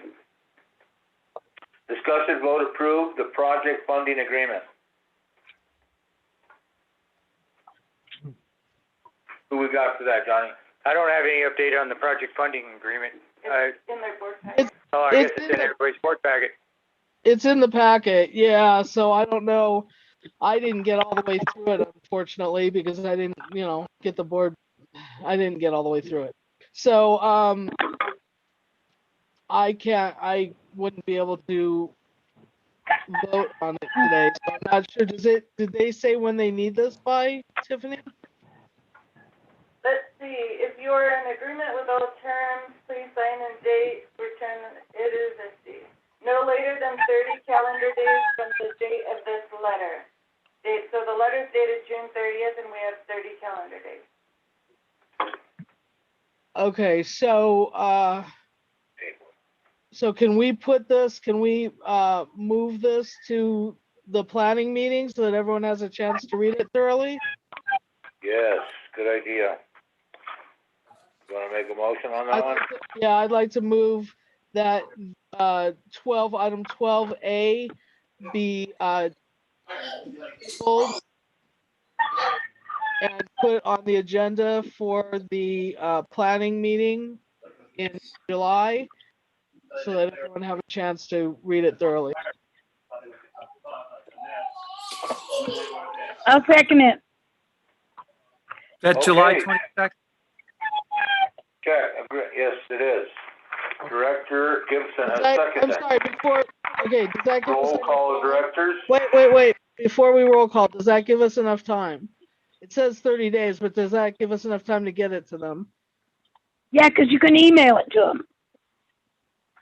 Okay, and we can also tell Lawrence, we can let Lawrence know during the state planning ad hoc meeting. Does it say that oh yeah, well no, it says overnight mail or US mail. So we could overnight mail it. Oh. Because the next meeting will be on the 22nd, so we would just overnight it. Okay, then my motion stands. Thank you. Okay, roll call of directors. Director Gibson. Aye. Director Kelly. Aye. Director Schoenberg. Aye. Director Garcia is an aye. 401 absent. Motion carries. Tiffany, please.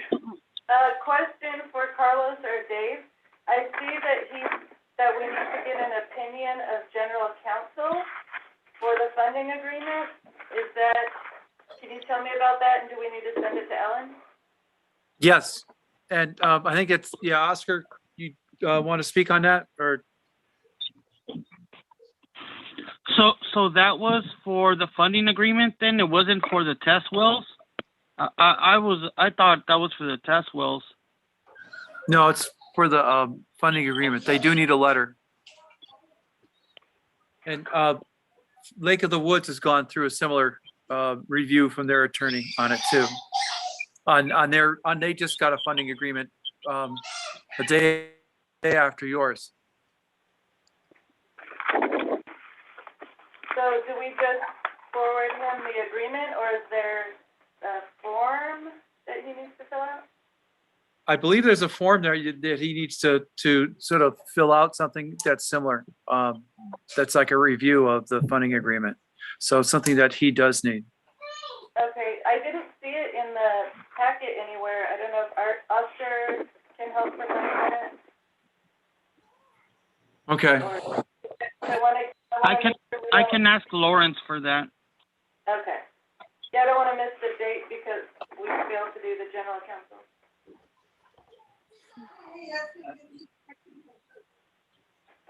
So that it on that one? Yeah. Okay. Okay, discussion vote on plans and specs for well 7. Okay, I guess that goes to me. The Curtis sent me over the final draft set of plans and specifications for well 7, and I'm currently reviewing those. And I'll have those out to the district on Monday for their review.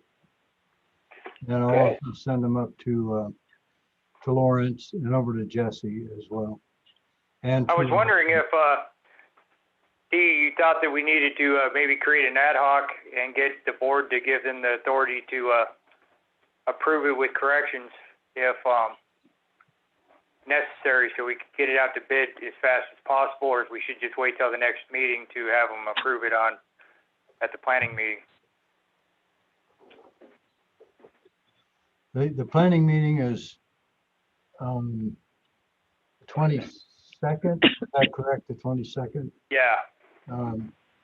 I think that's probably plenty of time, Johnny. We'll get the plans and specs over to you on the 12th, and that gives the committee 2 weeks to review it, and then hopefully we'll get it approved on the 22nd and put it on. Perfect. Thank you. Okay, we'll carry that one over to the next agenda. Can self-help get a copy of that plans and specs also, please? Oh, sorry, Dave. Yeah, you'll get Okay. that too. No problem. So I believe I'm sorry. C will be a moot point at this time. Do we review the plans? Is that correct, D? Say again, please. I say C will be a moot point until we get the plans and specs approved. Correct. Okay, so we'll carry that over. Well, any discussion or vote on claims and payouts? There's nothing. Yeah, we shouldn't have any of those yet. Okay, moving along. Number 13, discussion vote on pipeline replacement project. A, discussion review of the pre-construction engineering budget and scope of work. Nothing. Is that something you're handling, Dean? I sent over a scope of work and a budget a month ago, I think, something like that. And I think the board and probably this firm too has really not had time to review it. It is in your hands. We probably need to have a meeting on that, Zoom meeting, or just I can come up and we can have it, go over it, and then bring it back to the full board. I guess that would be the proper procedure, but the budget estimate is in your hands. Are you in possession of that, Johnny? Yeah, we should all be in Tiffany has possession. it. Tiffany has it. And is that something we can get copies of? Jerry, I believe it was in the packet. I believe we already have it. Either that or I got it, but I believe it went to all of us. We just haven't had time to review it. And I also, as a part of this, we did send that letter to our supervisor asking for money from Kern County. And I think Johnny can address that. the supervisor is, I got a call from his assistant, somebody in his office regarding the nitrate issue. So I took the opportunity to bring up the letter I sent. He told me he'd been planning on responding to the letter to me, but they had no grant money currently at this time, and he was going to forward a different source for us to consider. So he sent that to Tiffany, but the grant, yeah, Dave could speak on this. After you're done. Well, yeah, he acted like there was no money, at least as of yet, to hand out for these types of projects. Well, they officially have a preliminary, what they call is a preliminary list of projects. And they have a whole list of projects that they're planning to fund. They have not shared that list with the number of people who've requested that list. It's over $170 million worth of projects. It doesn't mean that you're guaranteed, but if you don't ask, you don't get. Some people have gotten on that list, but it would sure be nice to see the list of projects that they're proposing to fund. And I heard that's hearsay, that a big chunk of that money is going towards fire protection. What good is a fire engine if you don't have water to pump into it, to pump from a hydrant? On some of these areas like where you guys are. And what galls me is that this is your government that has a list that they have not shared with their taxpayer constituents who have asked for money. And they're telling you to go to the state has money. And the state does have money. The problem is they've got money too. And they've already planned, they've made up their mind on where they want to put it. They're putting it, I saw a little blurb in there this week's board of minutes. Hey, they're paying to staff for COVID staffing of libraries and stuff. I'm not saying that that's wrong. I'm just saying is that they've got a pot of money and they're prepared to spend it the way they want. You have to, if you want any assistance or try to get a piece of that, and you may not, you need to speak up and be very forceful and ask for a copy of their preliminary budget, because that's a public document and they should not keep it from you. They don't have it on the agenda. They mention it on the agenda, but they do not publish it. And that just drives me nuts, because that is something that, you can go to the state for your pot of money. They have money, and some of it's designated for water and sewer projects. But your folks aren't listed. So it's not that you are eligible to get it.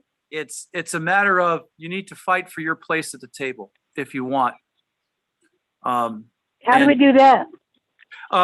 You are taxpayers, and you could go in and you could call your supervisor and talk to them and demand to see a copy of that preliminary budget for COVID funds. It's on the agenda, and you can ask to see a copy. You should rightfully ask for a copy of it. And we really need to talk to the newspaper here, because we've got hundreds of people, or I don't know, probably at least 100 or something, calling their office about the nitrates in the water, when they really could also additionally talk to them about, new pipeline, because that new pipeline is going to help with all kinds of things too, and making sure that we keep everyone in water. So it's, I think that people are already calling our supervisor's office, but that we could let them know that if they're going to call, that they could expand on that and ask for, and we should also be calling. Yeah, and I don't mean, I know the county has a list of a lot of stuff that they have to do, and they're trying to do the best they can. And it just frustrates me that when they hear from somebody with suggestions from an independent district that does support their fire department, and people in that community pay taxes, and this COVID money is federal money, which people in that communities also pay. They should be at least informed. You guys may not agree on who gets funded in that COVID thing, but it would be wise to get a copy of it and see where the money's going. It's only right and proper. And I saw a reference to it that the preliminary budget was at the federal government getting reviewed. So it's a preliminary budget. and it doesn't, what that means is that you could potentially maybe get some help. But you don't get it without being a little, asking, it's your right to see, it's a public document. If someone comes into your office and wants to see an audit, what do? You don't hide it, do you? They want to see your budget. You have to give it to them. Well, they're a public agency. They're a public agency too. And so they have to act like a public agency, just as you folks do. And of course they have to make decisions that not everybody may agree on, but you folks, if you want to be at the table, you have to sort of fight to be there. Thank you, David. So I'd go on to number 14. Before we move on, I would also like to maybe submit, once we take a look at this, submit this if we agree upon it at not the next planning ad hoc, but the one after that, so that Lawrence Sanchez can also take a look at it and see if there's some way to tie some of this money, some of the pipeline replacement, or at least the as we were talking about, some of the potholing and mapping to the planning project. What are those costs? Dee, do you have that in front of you? I don't have it in front of me.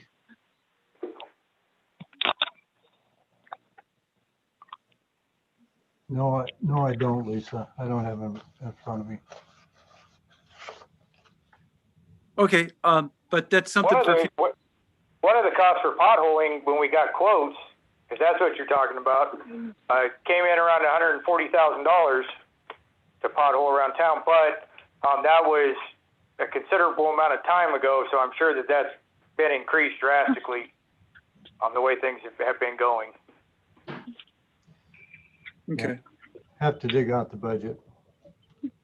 Okay, if you guys could send us a copy of that budget, that would help. I mean, you have a TA request into self-help, and we weren't able to fund that last year because we did not have SAFER funds. This might be a SAFER project because it's tied in with the, it's a consolidation. It's like a reward for going through consolidation. But it's something that you guys need the funding now to get that stuff set up. So it's something for, there is some possible revenues, but I don't know if this is a SAFER project or not. So. And in order for us to really get a real hand on the budget and what we really need to do, we need to pothole and we need to map. So yeah, we definitely need money for that before we can replace. Right. Can I ask a quick question? Why is the water company thinking about potholes? No, we're not, I'm sorry, it was a misunderstanding. We're not thinking about potholes in the road. Potholing is a term for, what we're trying to do is we have a number of leaks that create additional problems besides the fact that we have a failing well that we just got grant money to replace, which will help our nitrate problem. We have a number of leaking pipes that have been this has been going on for years. We've gotten grants from USDA, we've gotten all kinds of stuff, but we're only able to replace a very minimal amount each time, even with $1 million or $2 million. So we have quite a bit of piping in the ground. We need to pothole. So it's called potholing. What that means is that you dig into the ground. Thank you. Appreciate it. Thank you. Okay.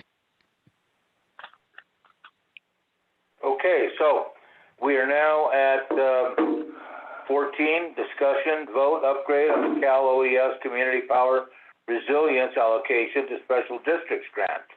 A is discussion, vote on the project fee estimate. I think that's D as well. Didn't we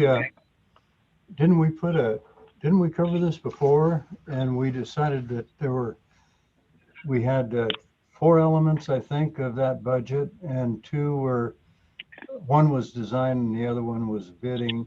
And we decided that it would be better to do that first part of the project before we put a budget on the second part because we really didn't know how many generators we were going to be able to actually purchase and install. Right, that's correct, D, and we allocated you, I believe it's 35,000 somewhere. I think that's not the exact amount, but it's approximate 35,000 something that was allocated for moving forward at our last meeting, so that we Right. can get the other costs associated and figure out exactly where we put these generators. And to give you an update on where we are with that part of the work, we've performed the field surveying and we're working on putting together site layouts for the proposed locations for the generators. And once that is done and the board agrees with those layouts, then we'll send the site plans to Electrical Power Systems to do the electrical design. So we've already done the field work. Now we're just putting the plans together, and those should be done a couple of weeks. The fellow who is the technician who is putting those together is on vacation this week, and I think for part of next week. And when he gets back, he'll be back on that project. So do we have a fee estimate on it? Yeah. Oh wait, you gave it something last month, right? Yes. Right. He's gonna correct some of the numbers that he had transposed wrong on his cost proposal. Did you hear that, Steve? No, I didn't. Apparently last month when you gave it to us, there was a few numbers transposed and stuff, a few corrections you were going to make, and then I think send it back to us. Oh, we did that. I'll make another note. I know that we corrected it, and I thought we sent it back, but okay. And you may have. Things have been so crazy around here the last 3 weeks that I very easily could have missed it. So we'll I'll need to double carry check. that Thank you, God. over to the planning. Okay, send that over, Dee, and we'll include it in our next agenda item. Will do. B, discuss vote of professional engineering cost proposal. Are That's those? what he's gonna say. That's the same thing. Okay. And Wait on that. C, we can't go out to bid without those, right? Right. Right. Okay, so number 14 is actually going to have to be carried over to our next agenda, next meeting agenda. You got that on, Tiffany? Okay, 15, discussion vote on emergency repairs to the Wolf Booster tank site. A, discussion and vote update on the project. Johnny, I think you started to touch that one. Yeah, as of July 1st, there was a few things left to be done: the air conditioning, roll-up door, painting, things of that nature, site cleanup. The air conditioning was delivered and installed already. The painter was here. I'm getting my days mixed. Either today or yesterday to match well number 6 well color, so we could paint them the same. And the estimate right now is they're going to be wrapped up by July 16th. So they're moving forward well, so it probably will be around the 16th or shortly thereafter. Never before, though, huh? Maybe. It could be. They've been on it lately. Okay. Any questions about that? Okay, B, discussion vote on progress payment number 7. We already covered that in the financials. Thank you. That's right. We bumped it together. Okay, at this time, we've finished all the business with all of our vendors and subcontractors and helpers, and we're going to go into a closed session. Thank you guys very much. So Jerry, before we do this, we need to, Tiffany's going to need to send us out a new, just to the directors and to the attorney and whoever else needs to be present in that closed session, a new Zoom ID number and password.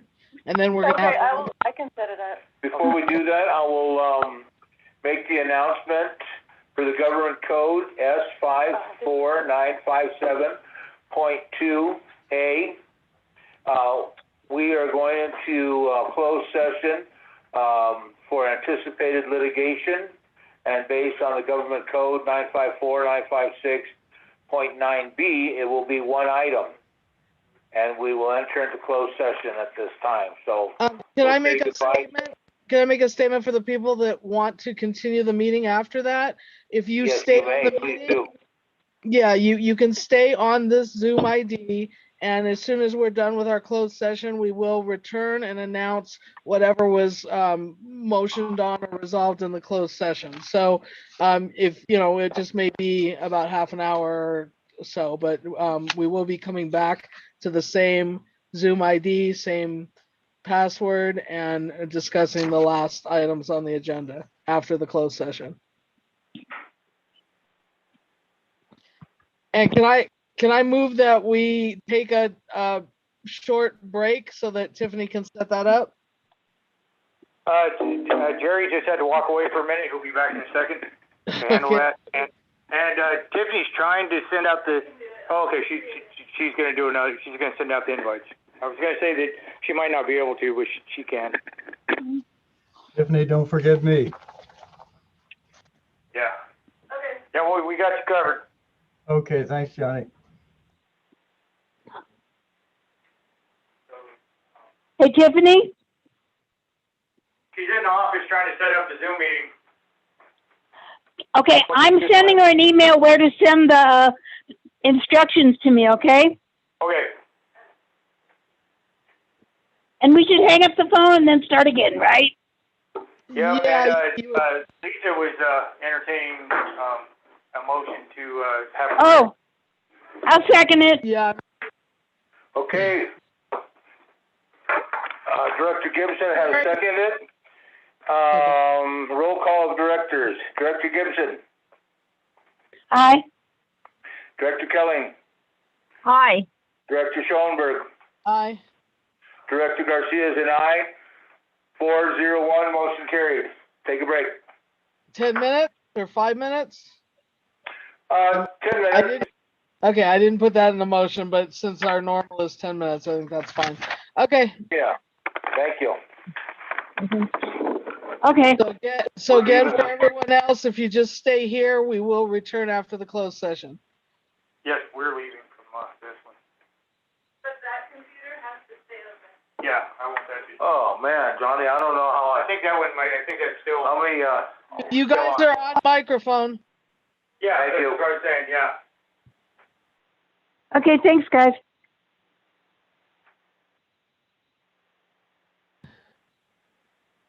Are you going to be able to do that, Tiffany, or do you need me to set up a Zoom session? Because I just realized you can't do two at once, right?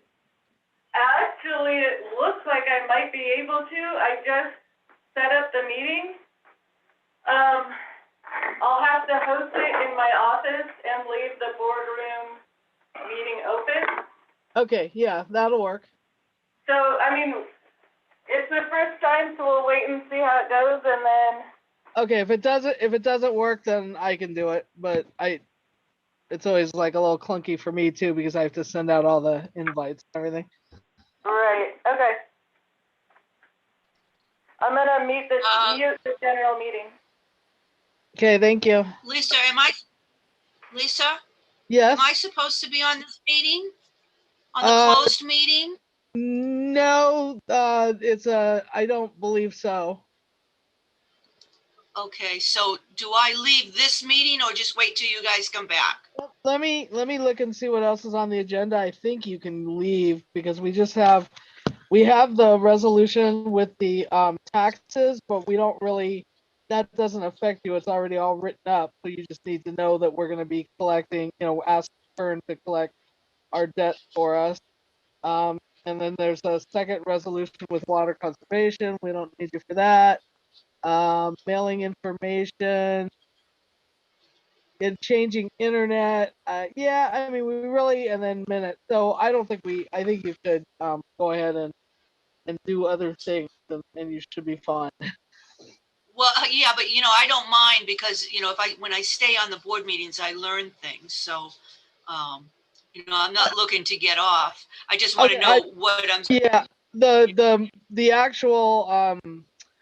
actual closed session is in regard to litigation, potential litigation. So I think it's just board members and our engineer. Okay. Okay. All righty. I don't know what happened. I minimized my page here, and so I just see you as a tiny, tiny box on my screen. I can't get it open. So, and I doubt we're gonna be on the session too long because I know that we have to, we're talking to the attorney pretty late in the evening. So Yeah. we should be back here soon. Okay. I'll just stay on then. Thank you. Okay, thank you, Linda. Thank you. Thank you, honey.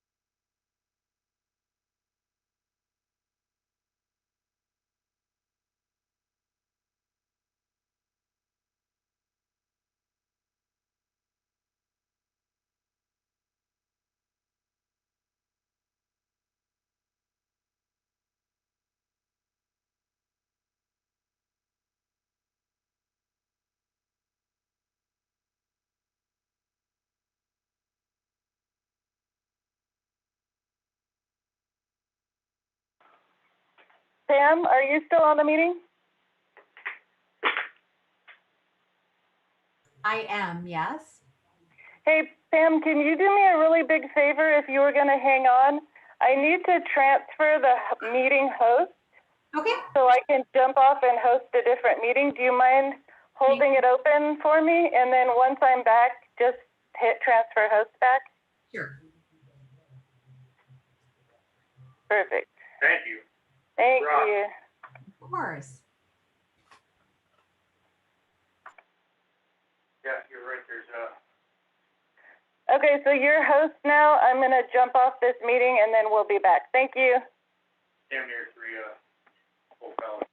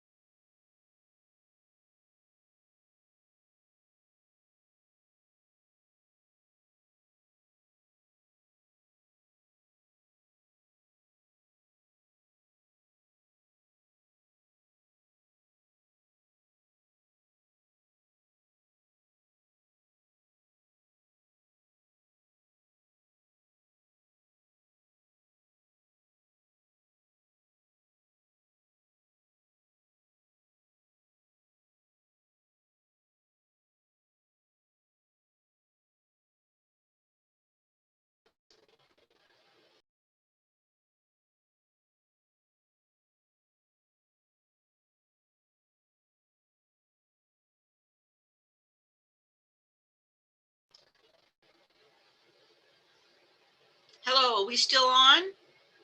Anybody there? Yeah, we're still waiting for them to come back.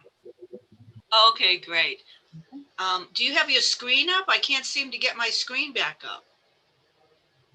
Huh. Well, it's black. I just have my participants on here. Can you click to the top of your screen and go to the top middle? See if you can find your participant screen. Yeah, let's see. It's on a screen where it says the meeting, the host, the password. It says join audio, share screen, invite others. I have the list of who's on there, but I can't see the black screen with the people, you know, with the names of the people on it. Right. At the bottom, do you see a Zoom icon? No. Hey, Linda, this is Joan. I've got the black screen too. It just shows me the names of whoever it is that's talking. So I don't think that that's unusual. Okay, great. So I'll just sit here and wait. Okay, thank you.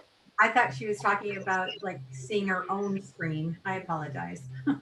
Hey, Pam, if you want to do a quick experiment, just do a share screen picture of, I don't know, your cat or your dog or something. Share that real quick, and that way we'll know if Linda's screen function is working correctly. Well, when I do my share screen, it says host disabled participant screen sharing. Yeah, you won't be able to share a screen. Let me just check.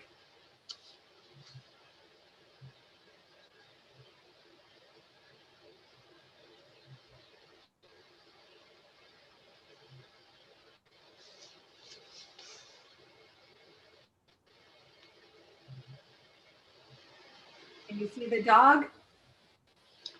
Oh yeah, what does I see here? I see Google Play with the little dog way home.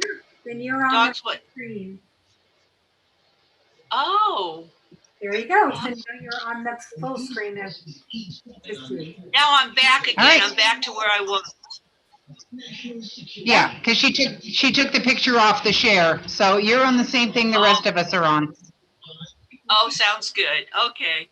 Well, I'm going to leave my thing unmuted so that I can hear if anything changes. How about you? Yeah, I'm just going to put mine back on mute, but I'm listening to everyone else just because everyone's out walking their dogs today. Oh, okay. All right. Well, then I'm going to put me on mute too, in case my dogs start barking. Although they just finished eating, so they're all happy. All right. I'll talk to you later. Thanks.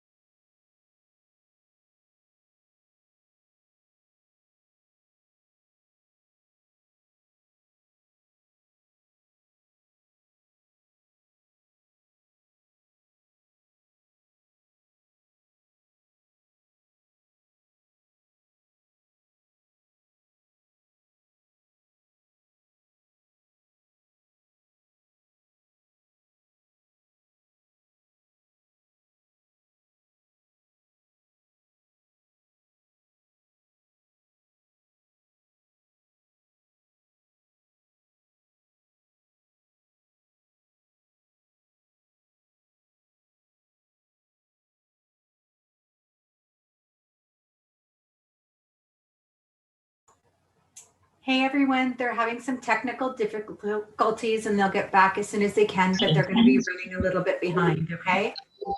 Okie dokie. I'm thinking that as hostess, that they would not be able to automatically come back on, that they're gonna have to sign in and you're gonna have to allow them in. Yeah, I'm going to have to allow them back in and then transfer host back to Tiffany. Okay? Thank you. All right. Thank you. You're welcome.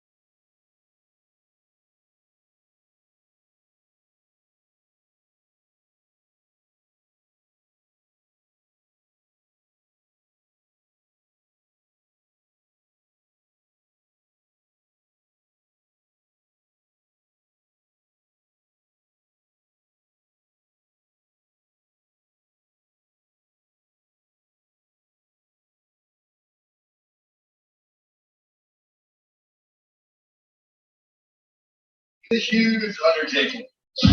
Hey Pam, are you still on? I am. It's gonna be a long night, huh? Yes. So if you'd like me to play that with you, I can later. I'm sorry, hang on, let me have Rick turn the TV down. Honey, can you turn the TV down? Say that again, sweetie. I said that I can give you a recap later if you'd like. No, I'm doing paperwork, it's fine. Okay. I just wanted to make sure my computer hadn't locked up. Yeah, we're all I'm going back on mute. okay. Bye. Do you know any good card tricks? Bye. Do you know any Have you bad seen chicken this one? jokes? Have you seen this one? Here, pick a card, any card. Don't show it to me. Hey.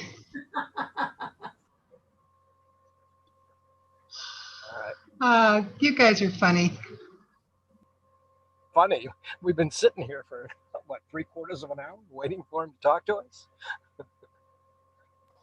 All right. Yeah, but this is a great time for me to get caught up on all my other computer stuff, so it's like a win-win for me. Wow. There's, what is it? Inside of every silver lining, there's a big black cloud.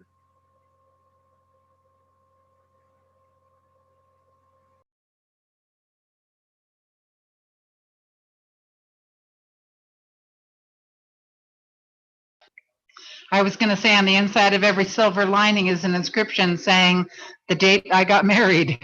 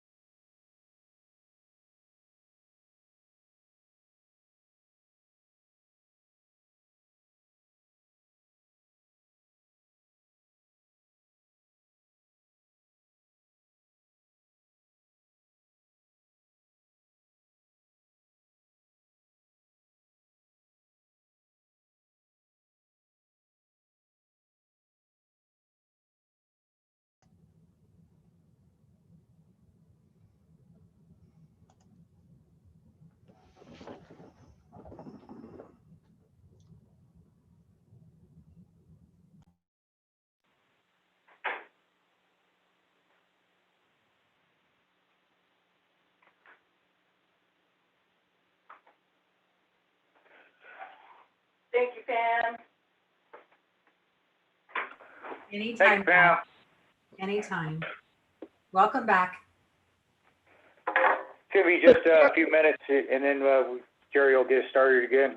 I don't know if Jerry actually heard me, but we need to extend the meeting also. So I guess he should come out of the closed session, but then we immediately need to make a motion to extend the meeting.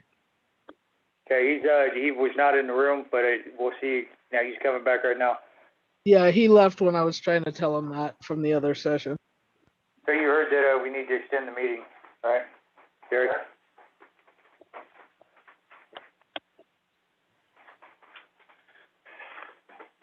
I think the appropriate thing would be to report on the closed session and then extend the meeting even though we're over time. Okay, I'd like to reopen this meeting. We don't have Becky back.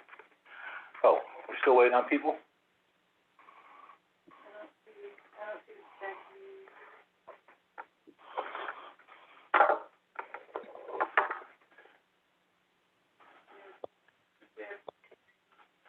Terry, are you?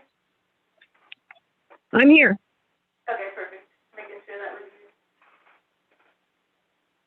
you. Is Director Gibson back? I don't see her on.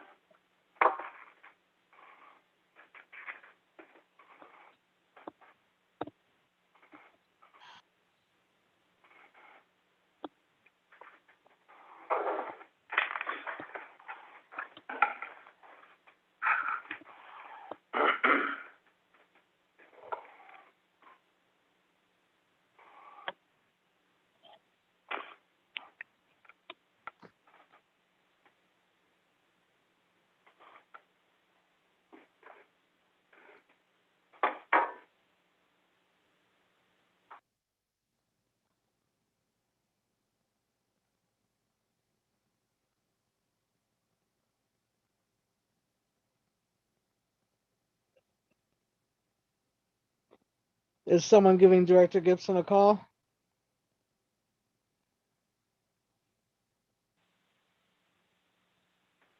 I'll give her a call and then I'm muted while I'm calling her.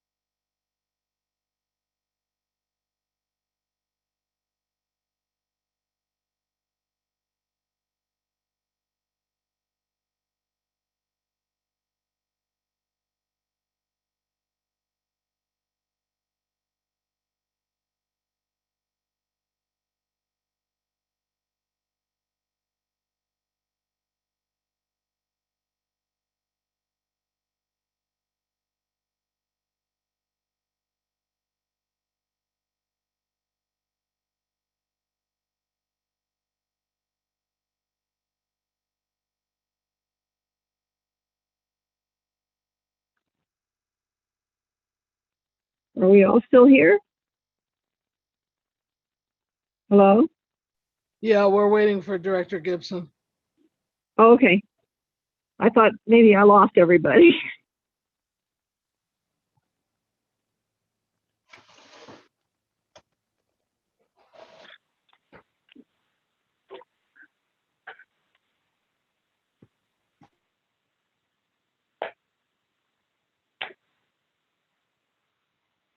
Everybody here?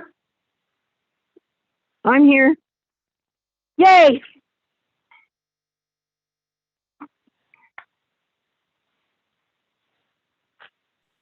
Okay, there's two of us. Or Jerry. There's three. Okay, we're gonna come out of the closed session. And the actions taken by the board were to authorize filing a petition with Kern County courts for pre-condemnation and access to the property. And the board also authorized legal counsel further injunctive relief as necessary, as time shows. Jerry, I think just for the record, it would be good to state that those were both motions and that the vote on those motions. Excuse me. Both of those actions were different motions, and they're voted on the board by the board, and the results were 4-0, 1 absent. Excuse me. In agreement with pursuing those two topics. Okay, so at this time, We because can't do anything else until we get an extension to conduct business. right, I'll so entertain that motion. at this time, I'd like to move that we extend our time until the close of business. Do I have a second? I'll second that. Director Kelly has seconded it. Roll call of directors. Director Gibson? Aye. Director Kelly? Aye. Director Schoenberg? Aye. Director Garcia is an aye. 4-0-1 absent. Motion carried. Now we'll return to resume business in the regular meeting on new business number 16. And that is to vote and discuss on the resolution FP 202-10708-01, authorizing Kern County to act as the agent in the collection of taxes. I didn't know we had to reapprove them. I thought they were already authorized. Yeah, you have to approve them Every first year? to send them, but the resolution is the final requirement that the county needs. So we have to send a resolution every year. Oh, okay. So it's in our packet. So it's the same wording as every year. I just changed the resolution number and the date. And of course, the Exhibit A has been updated with current information. Okay, I'd like to move. Although I have one question. Is this wording directly from Kern County, or do you remember if this was our original wording, or does this come from the packet they send out for this? Because there's just one thing on the now therefore be it resolved on the first page before further resolved, where it says or standby charges incorporated by reference be added to the assessments on the land to be collected with the district to utilize the services. It's kind of weird. It should just be with the district utilizing the services of the county of Kern. So I don't know if that's our original weird wording that just has been passed on year after year and I just noticed it now, or if that's Kern County's wording. It's option number 1, as far as I know. Our weird wording? Okay. Our wording from Beyond Time, because they don't give us a template. Okay, so I would like to make one change in this resolution before, or actually I'll make it as part of the, let me just make sure that was the only thing I saw in this, because I saw something in the other yeah. Okay, so I'd like to move that we approve resolution FP 2021-0708-01 in the matter of water availability or standby charges assessment, delinquent accounts assessment, resolution authorizing Kern County to act as FPPUD's agent in the collection of assessment taxes for the 2021-2022 tax year. With one amendment, which is where it says on the first page, with the district to utilize, it would say with the district utilizing the services of the county of Kern.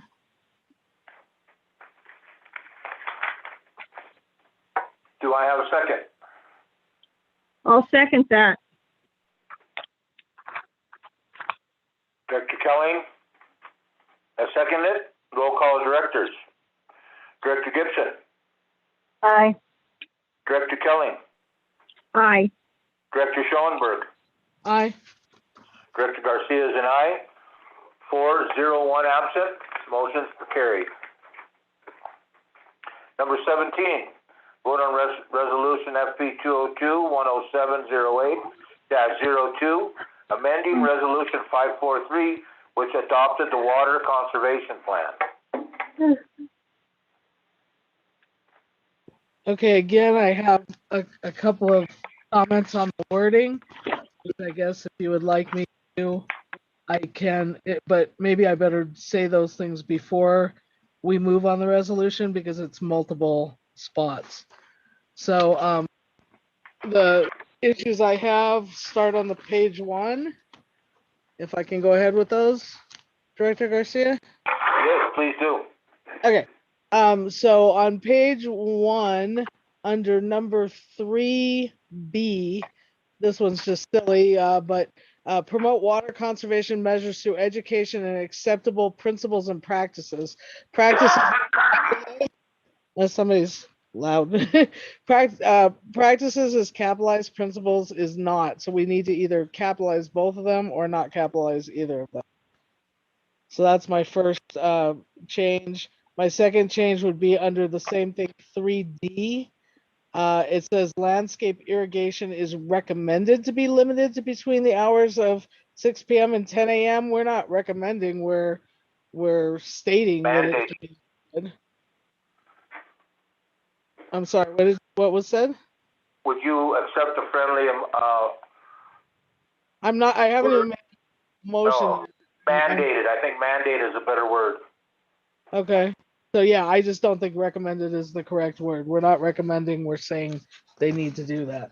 The third thing would be, so I would be happy with mandated, would be fine unless you think of something better. Or just removing recommended.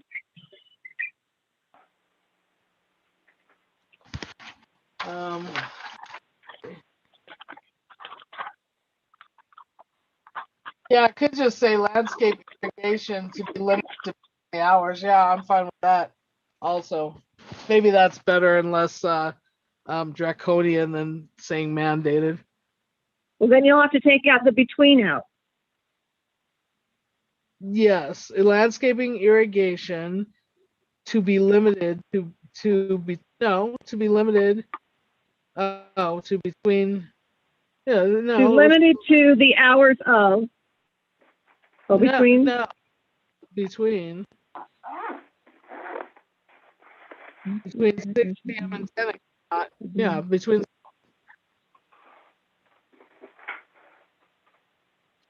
So in the motion, between is fine. The landscape irrigation to be limited to between the hours of 6 p.m. and 10 a.m. So in other words, you can't do it before 6 p.m. or after 10 a.m.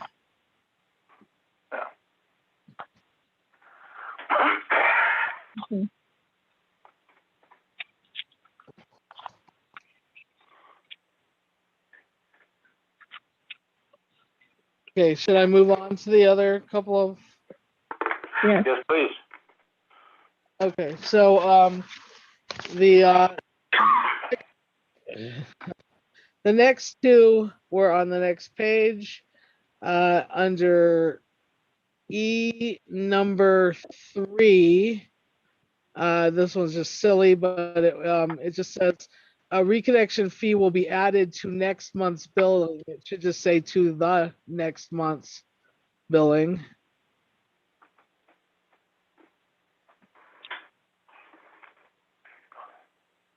Are you getting this, Tiffany? Okay, and then on the last one, it says the foregoing resolution was adopted by the board of directors. It's being amended. It's not being adopted because we already adopted it back in 2014. So this resolution amends our adopted resolution from 2014. The foregoing resolution was amended? The foregoing resolution is amended by the board, or was amended, yeah. By the board of directors, yeah.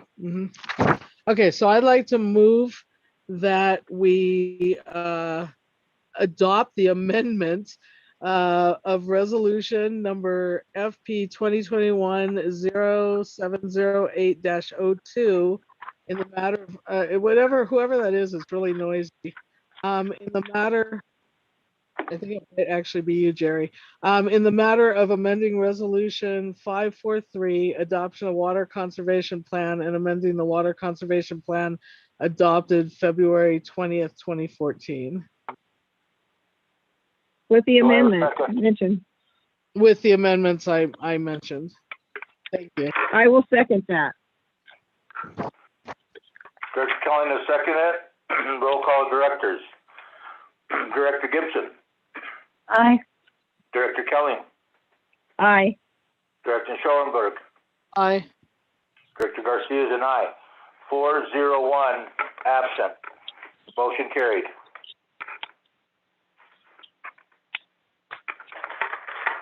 Number 18, discuss and vote on mailing information to customers regarding the end of modified services. So even though we're not in a super rush, I thought we can at least start working or thinking about the letter. That way there's enough time and it's not rushed. Yeah. Because we'll have to notify people on time. So it's not, so they have at least a month or plus, I guess, to get ready for shut-offs again. I agree. Regarding the end of the modified, oh, okay, for the office. So you said about September? So we'll mail it, I would mail it, tell me, what do you think, end of August, middle of August? Middle of August, probably, or at least start the process at that time. So middle of August, so, you know, we have a month or so to write it, I guess, so it's not, you know, we get busy and I didn't want to feel super. Yeah, that makes sense. We all also know anything could happen. we also need to kind of keep an eye on the fact that even though the state opened up, that there's still some new variants that are happening, and who knows. So yeah, I think at the earliest August. Yeah, until, I mean, if something changes, I have to. Right, because you're. I'll entertain a motion regarding this. I don't know if we want to do a motion yet. Don't we want a letter first? Yeah, just moving forward with a letter, and then we can bring it up at next regular. So we want to direct. I would Tiffany just. to direct the letter. And we'll direct her to put this on the agenda for the next regular meeting. And then, yeah, I don't know, Tiffany, are you able to write or start that letter or write that letter and then we can comment on it, or? She can write a letter like a rock star. She could absolutely do it. Right, because basically. Okay, we'll consider you've been directed. Basically, we're considering removing it wouldn't just be regarding the office, because I heard Director Kelling saying that it would be regarding any kind of turn on, turn offs, all of that, correct? Late fees, all that stuff. Late fees, disconnections, and probably letting people know that we're going back to in-person, because if there's a letter out, you might as well put it in. Yeah, perfect. So yeah, we'll start working on that. Okay. Number 19, discussion and vote on changing internet service providers. Yeah, let's just remove this from the agenda. Okay, I'd like to move that we table. Are you tabling it, or you don't? No, I just want to remove it. I don't have viable options. As much as I hate AT&T, we got to have reliable, and I just can't come up with nothing. So. Yeah, as bad as they are, it's the only thing up here. Okay. Yeah, Tito works really good until it doesn't. Okay, I'd like to just move that we remove this item from the current agenda. Okay. I'll second that. Is that a motion? Yes. Yeah. Okay, who seconded that? Terry. Kelly. Thank you. Director Kelly has seconded that motion. Roll call directors. Director Gibson. Aye. Director Kelly. Aye. Director Schoenberg. Aye. Director Garcia is an aye. Motion carried 4-0, 1 absent. Okay, number 20. Review and approve meeting minutes for 6:10, 6:17, 6:22, public hearing 6:22, 6:24, special meeting and planning meeting 6:24, and special meeting. Do we want to go over those now, considering the time, or do you want to? I know that I wasn't able to get through all of them. We could, I don't know if the directors found anything on June 10th. I did not, so I definitely think I could make a motion for 10th, but I did find some items on the other one, so I think if we wanted to do June 10th and then table the rest until the planning meeting. And I know that Tiffany also didn't get them all in here. Right, I didn't do 6:24, but if I can request, if you can do 6:17, because that was already carried over one meeting, and I'll actually need to include that in the packet for the ad hoc meeting.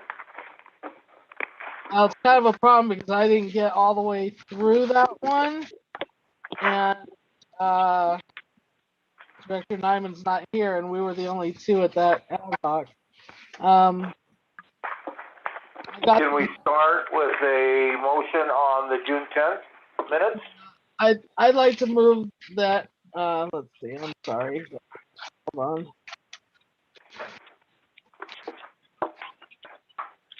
Okay, I'd like to move that we approve the regular meeting minutes for Thursday, June 10th, 2021. With the possibility for additional amendments for typos or other errors that we may not have caught or that may need to be corrected. Do I hear a second? I'll second it. Okay, Director Gibson has seconded the motion. Roll call of directors. Director Kelly. Aye. Director Gibson. Aye. Director Schoenberg. Aye. Director Garcia is an aye. 4-0-1, motion carried. So I'll entertain a motion. Let's see. Are we going to try and do 17? Yeah, I'm going to make that motion because I don't think the other directors can really make it, having not been at the meeting. They can vote on it because they got the information from this meeting and the previous. But okay, I'd like to move that we approve the state update meeting minutes for Thursday, June 17th, 2021. With the possibility for additional amendments for typos or other errors that we may not have caught or that we may need to correct. Do I have a second? I'll second that. Director Kelly. Kelly has seconded that. Roll call directors. Director Gibson. Aye. Director Kelly. Aye. Director Schoenberg. Aye. Director Garcia is an aye. 4-0-1, motion carried. Okay, then. Okay, I'd like to move the table unless, did the other directors? Because I can't even abstain. Does the other directors cover 622 special meeting or public hearing?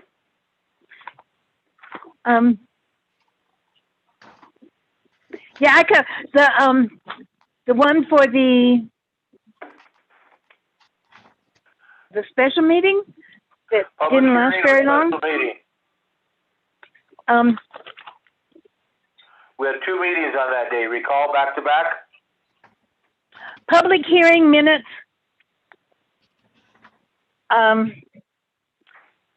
I will make a motion that we accept the minutes for the public hearing minutes for Tuesday, June 22nd, 2021, with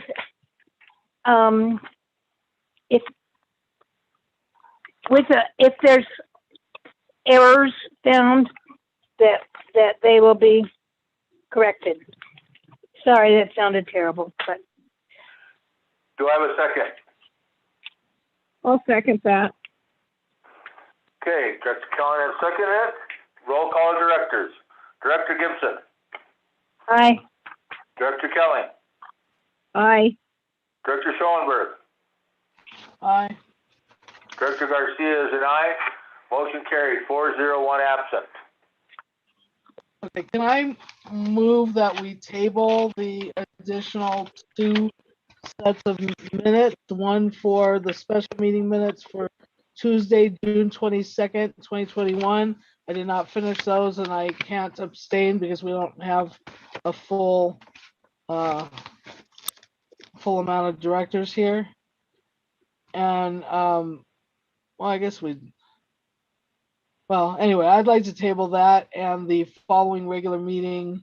Oh, no, it's just one. We just have one other set of minutes right now. So I'd like to move that we table special meeting minutes for Tuesday, June 22nd, 2021 to the planning meeting in 2 weeks.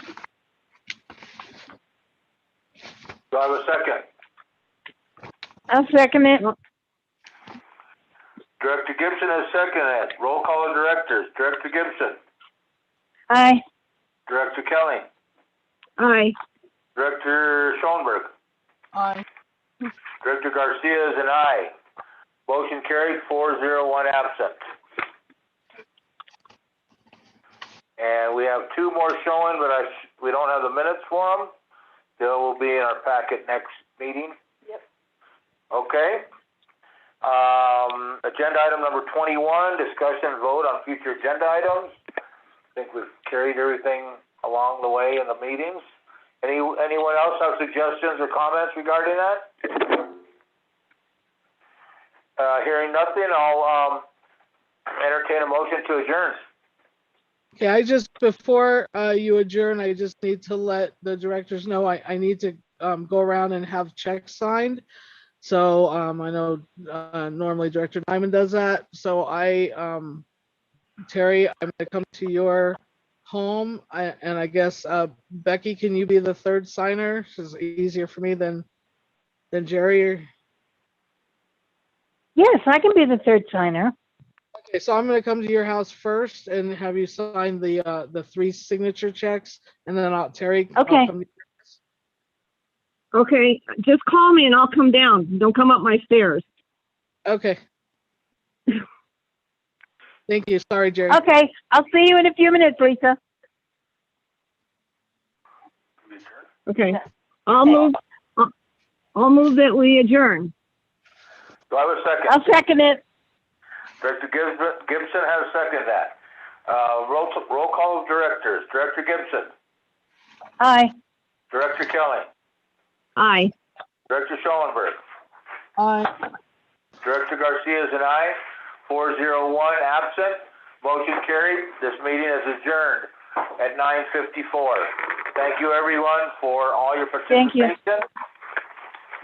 And keep up the good work. Thanks, guys. Thanks for hanging in there, Dee. Night, everyone. Dee's still here? Yeah, Dee's still here like a trooper. Good night. Thanks, Dee. Good night. Lisa, do you want me to come to your car? Sure. Yeah, I'm going to try to organize these. Yeah, that'd be great. Okay, so it'll be just a couple minutes, right? Are you going to get them organized first? No, I have. No, I'm fairly organized. I'm just gonna have you sign the three signer ones. So there's about 5 of them. Okay, and, that's perfect then. And the checks that I can't. What would you like me to do, Lisa? Oh, you're at the water company, right? Right now I am, yes, ma'am. You want me to wait here? Actually, I guess I could do that. What would be easier? I could come because it's lit up in there. Why don't I come there instead of Terry? I'll have you sign all of the I'll wait for you. Yeah, Okay. I'll have you That's sign fine. them. Is that okay, Tiffany, or is it better for me to go to Terry? No, that's fine. It's okay. Okay. See you in a little bit. Okay, so I'm just gonna stop at Becky's first, and then I'll be there. Thank you. Okay, thank you. Okay. Bye.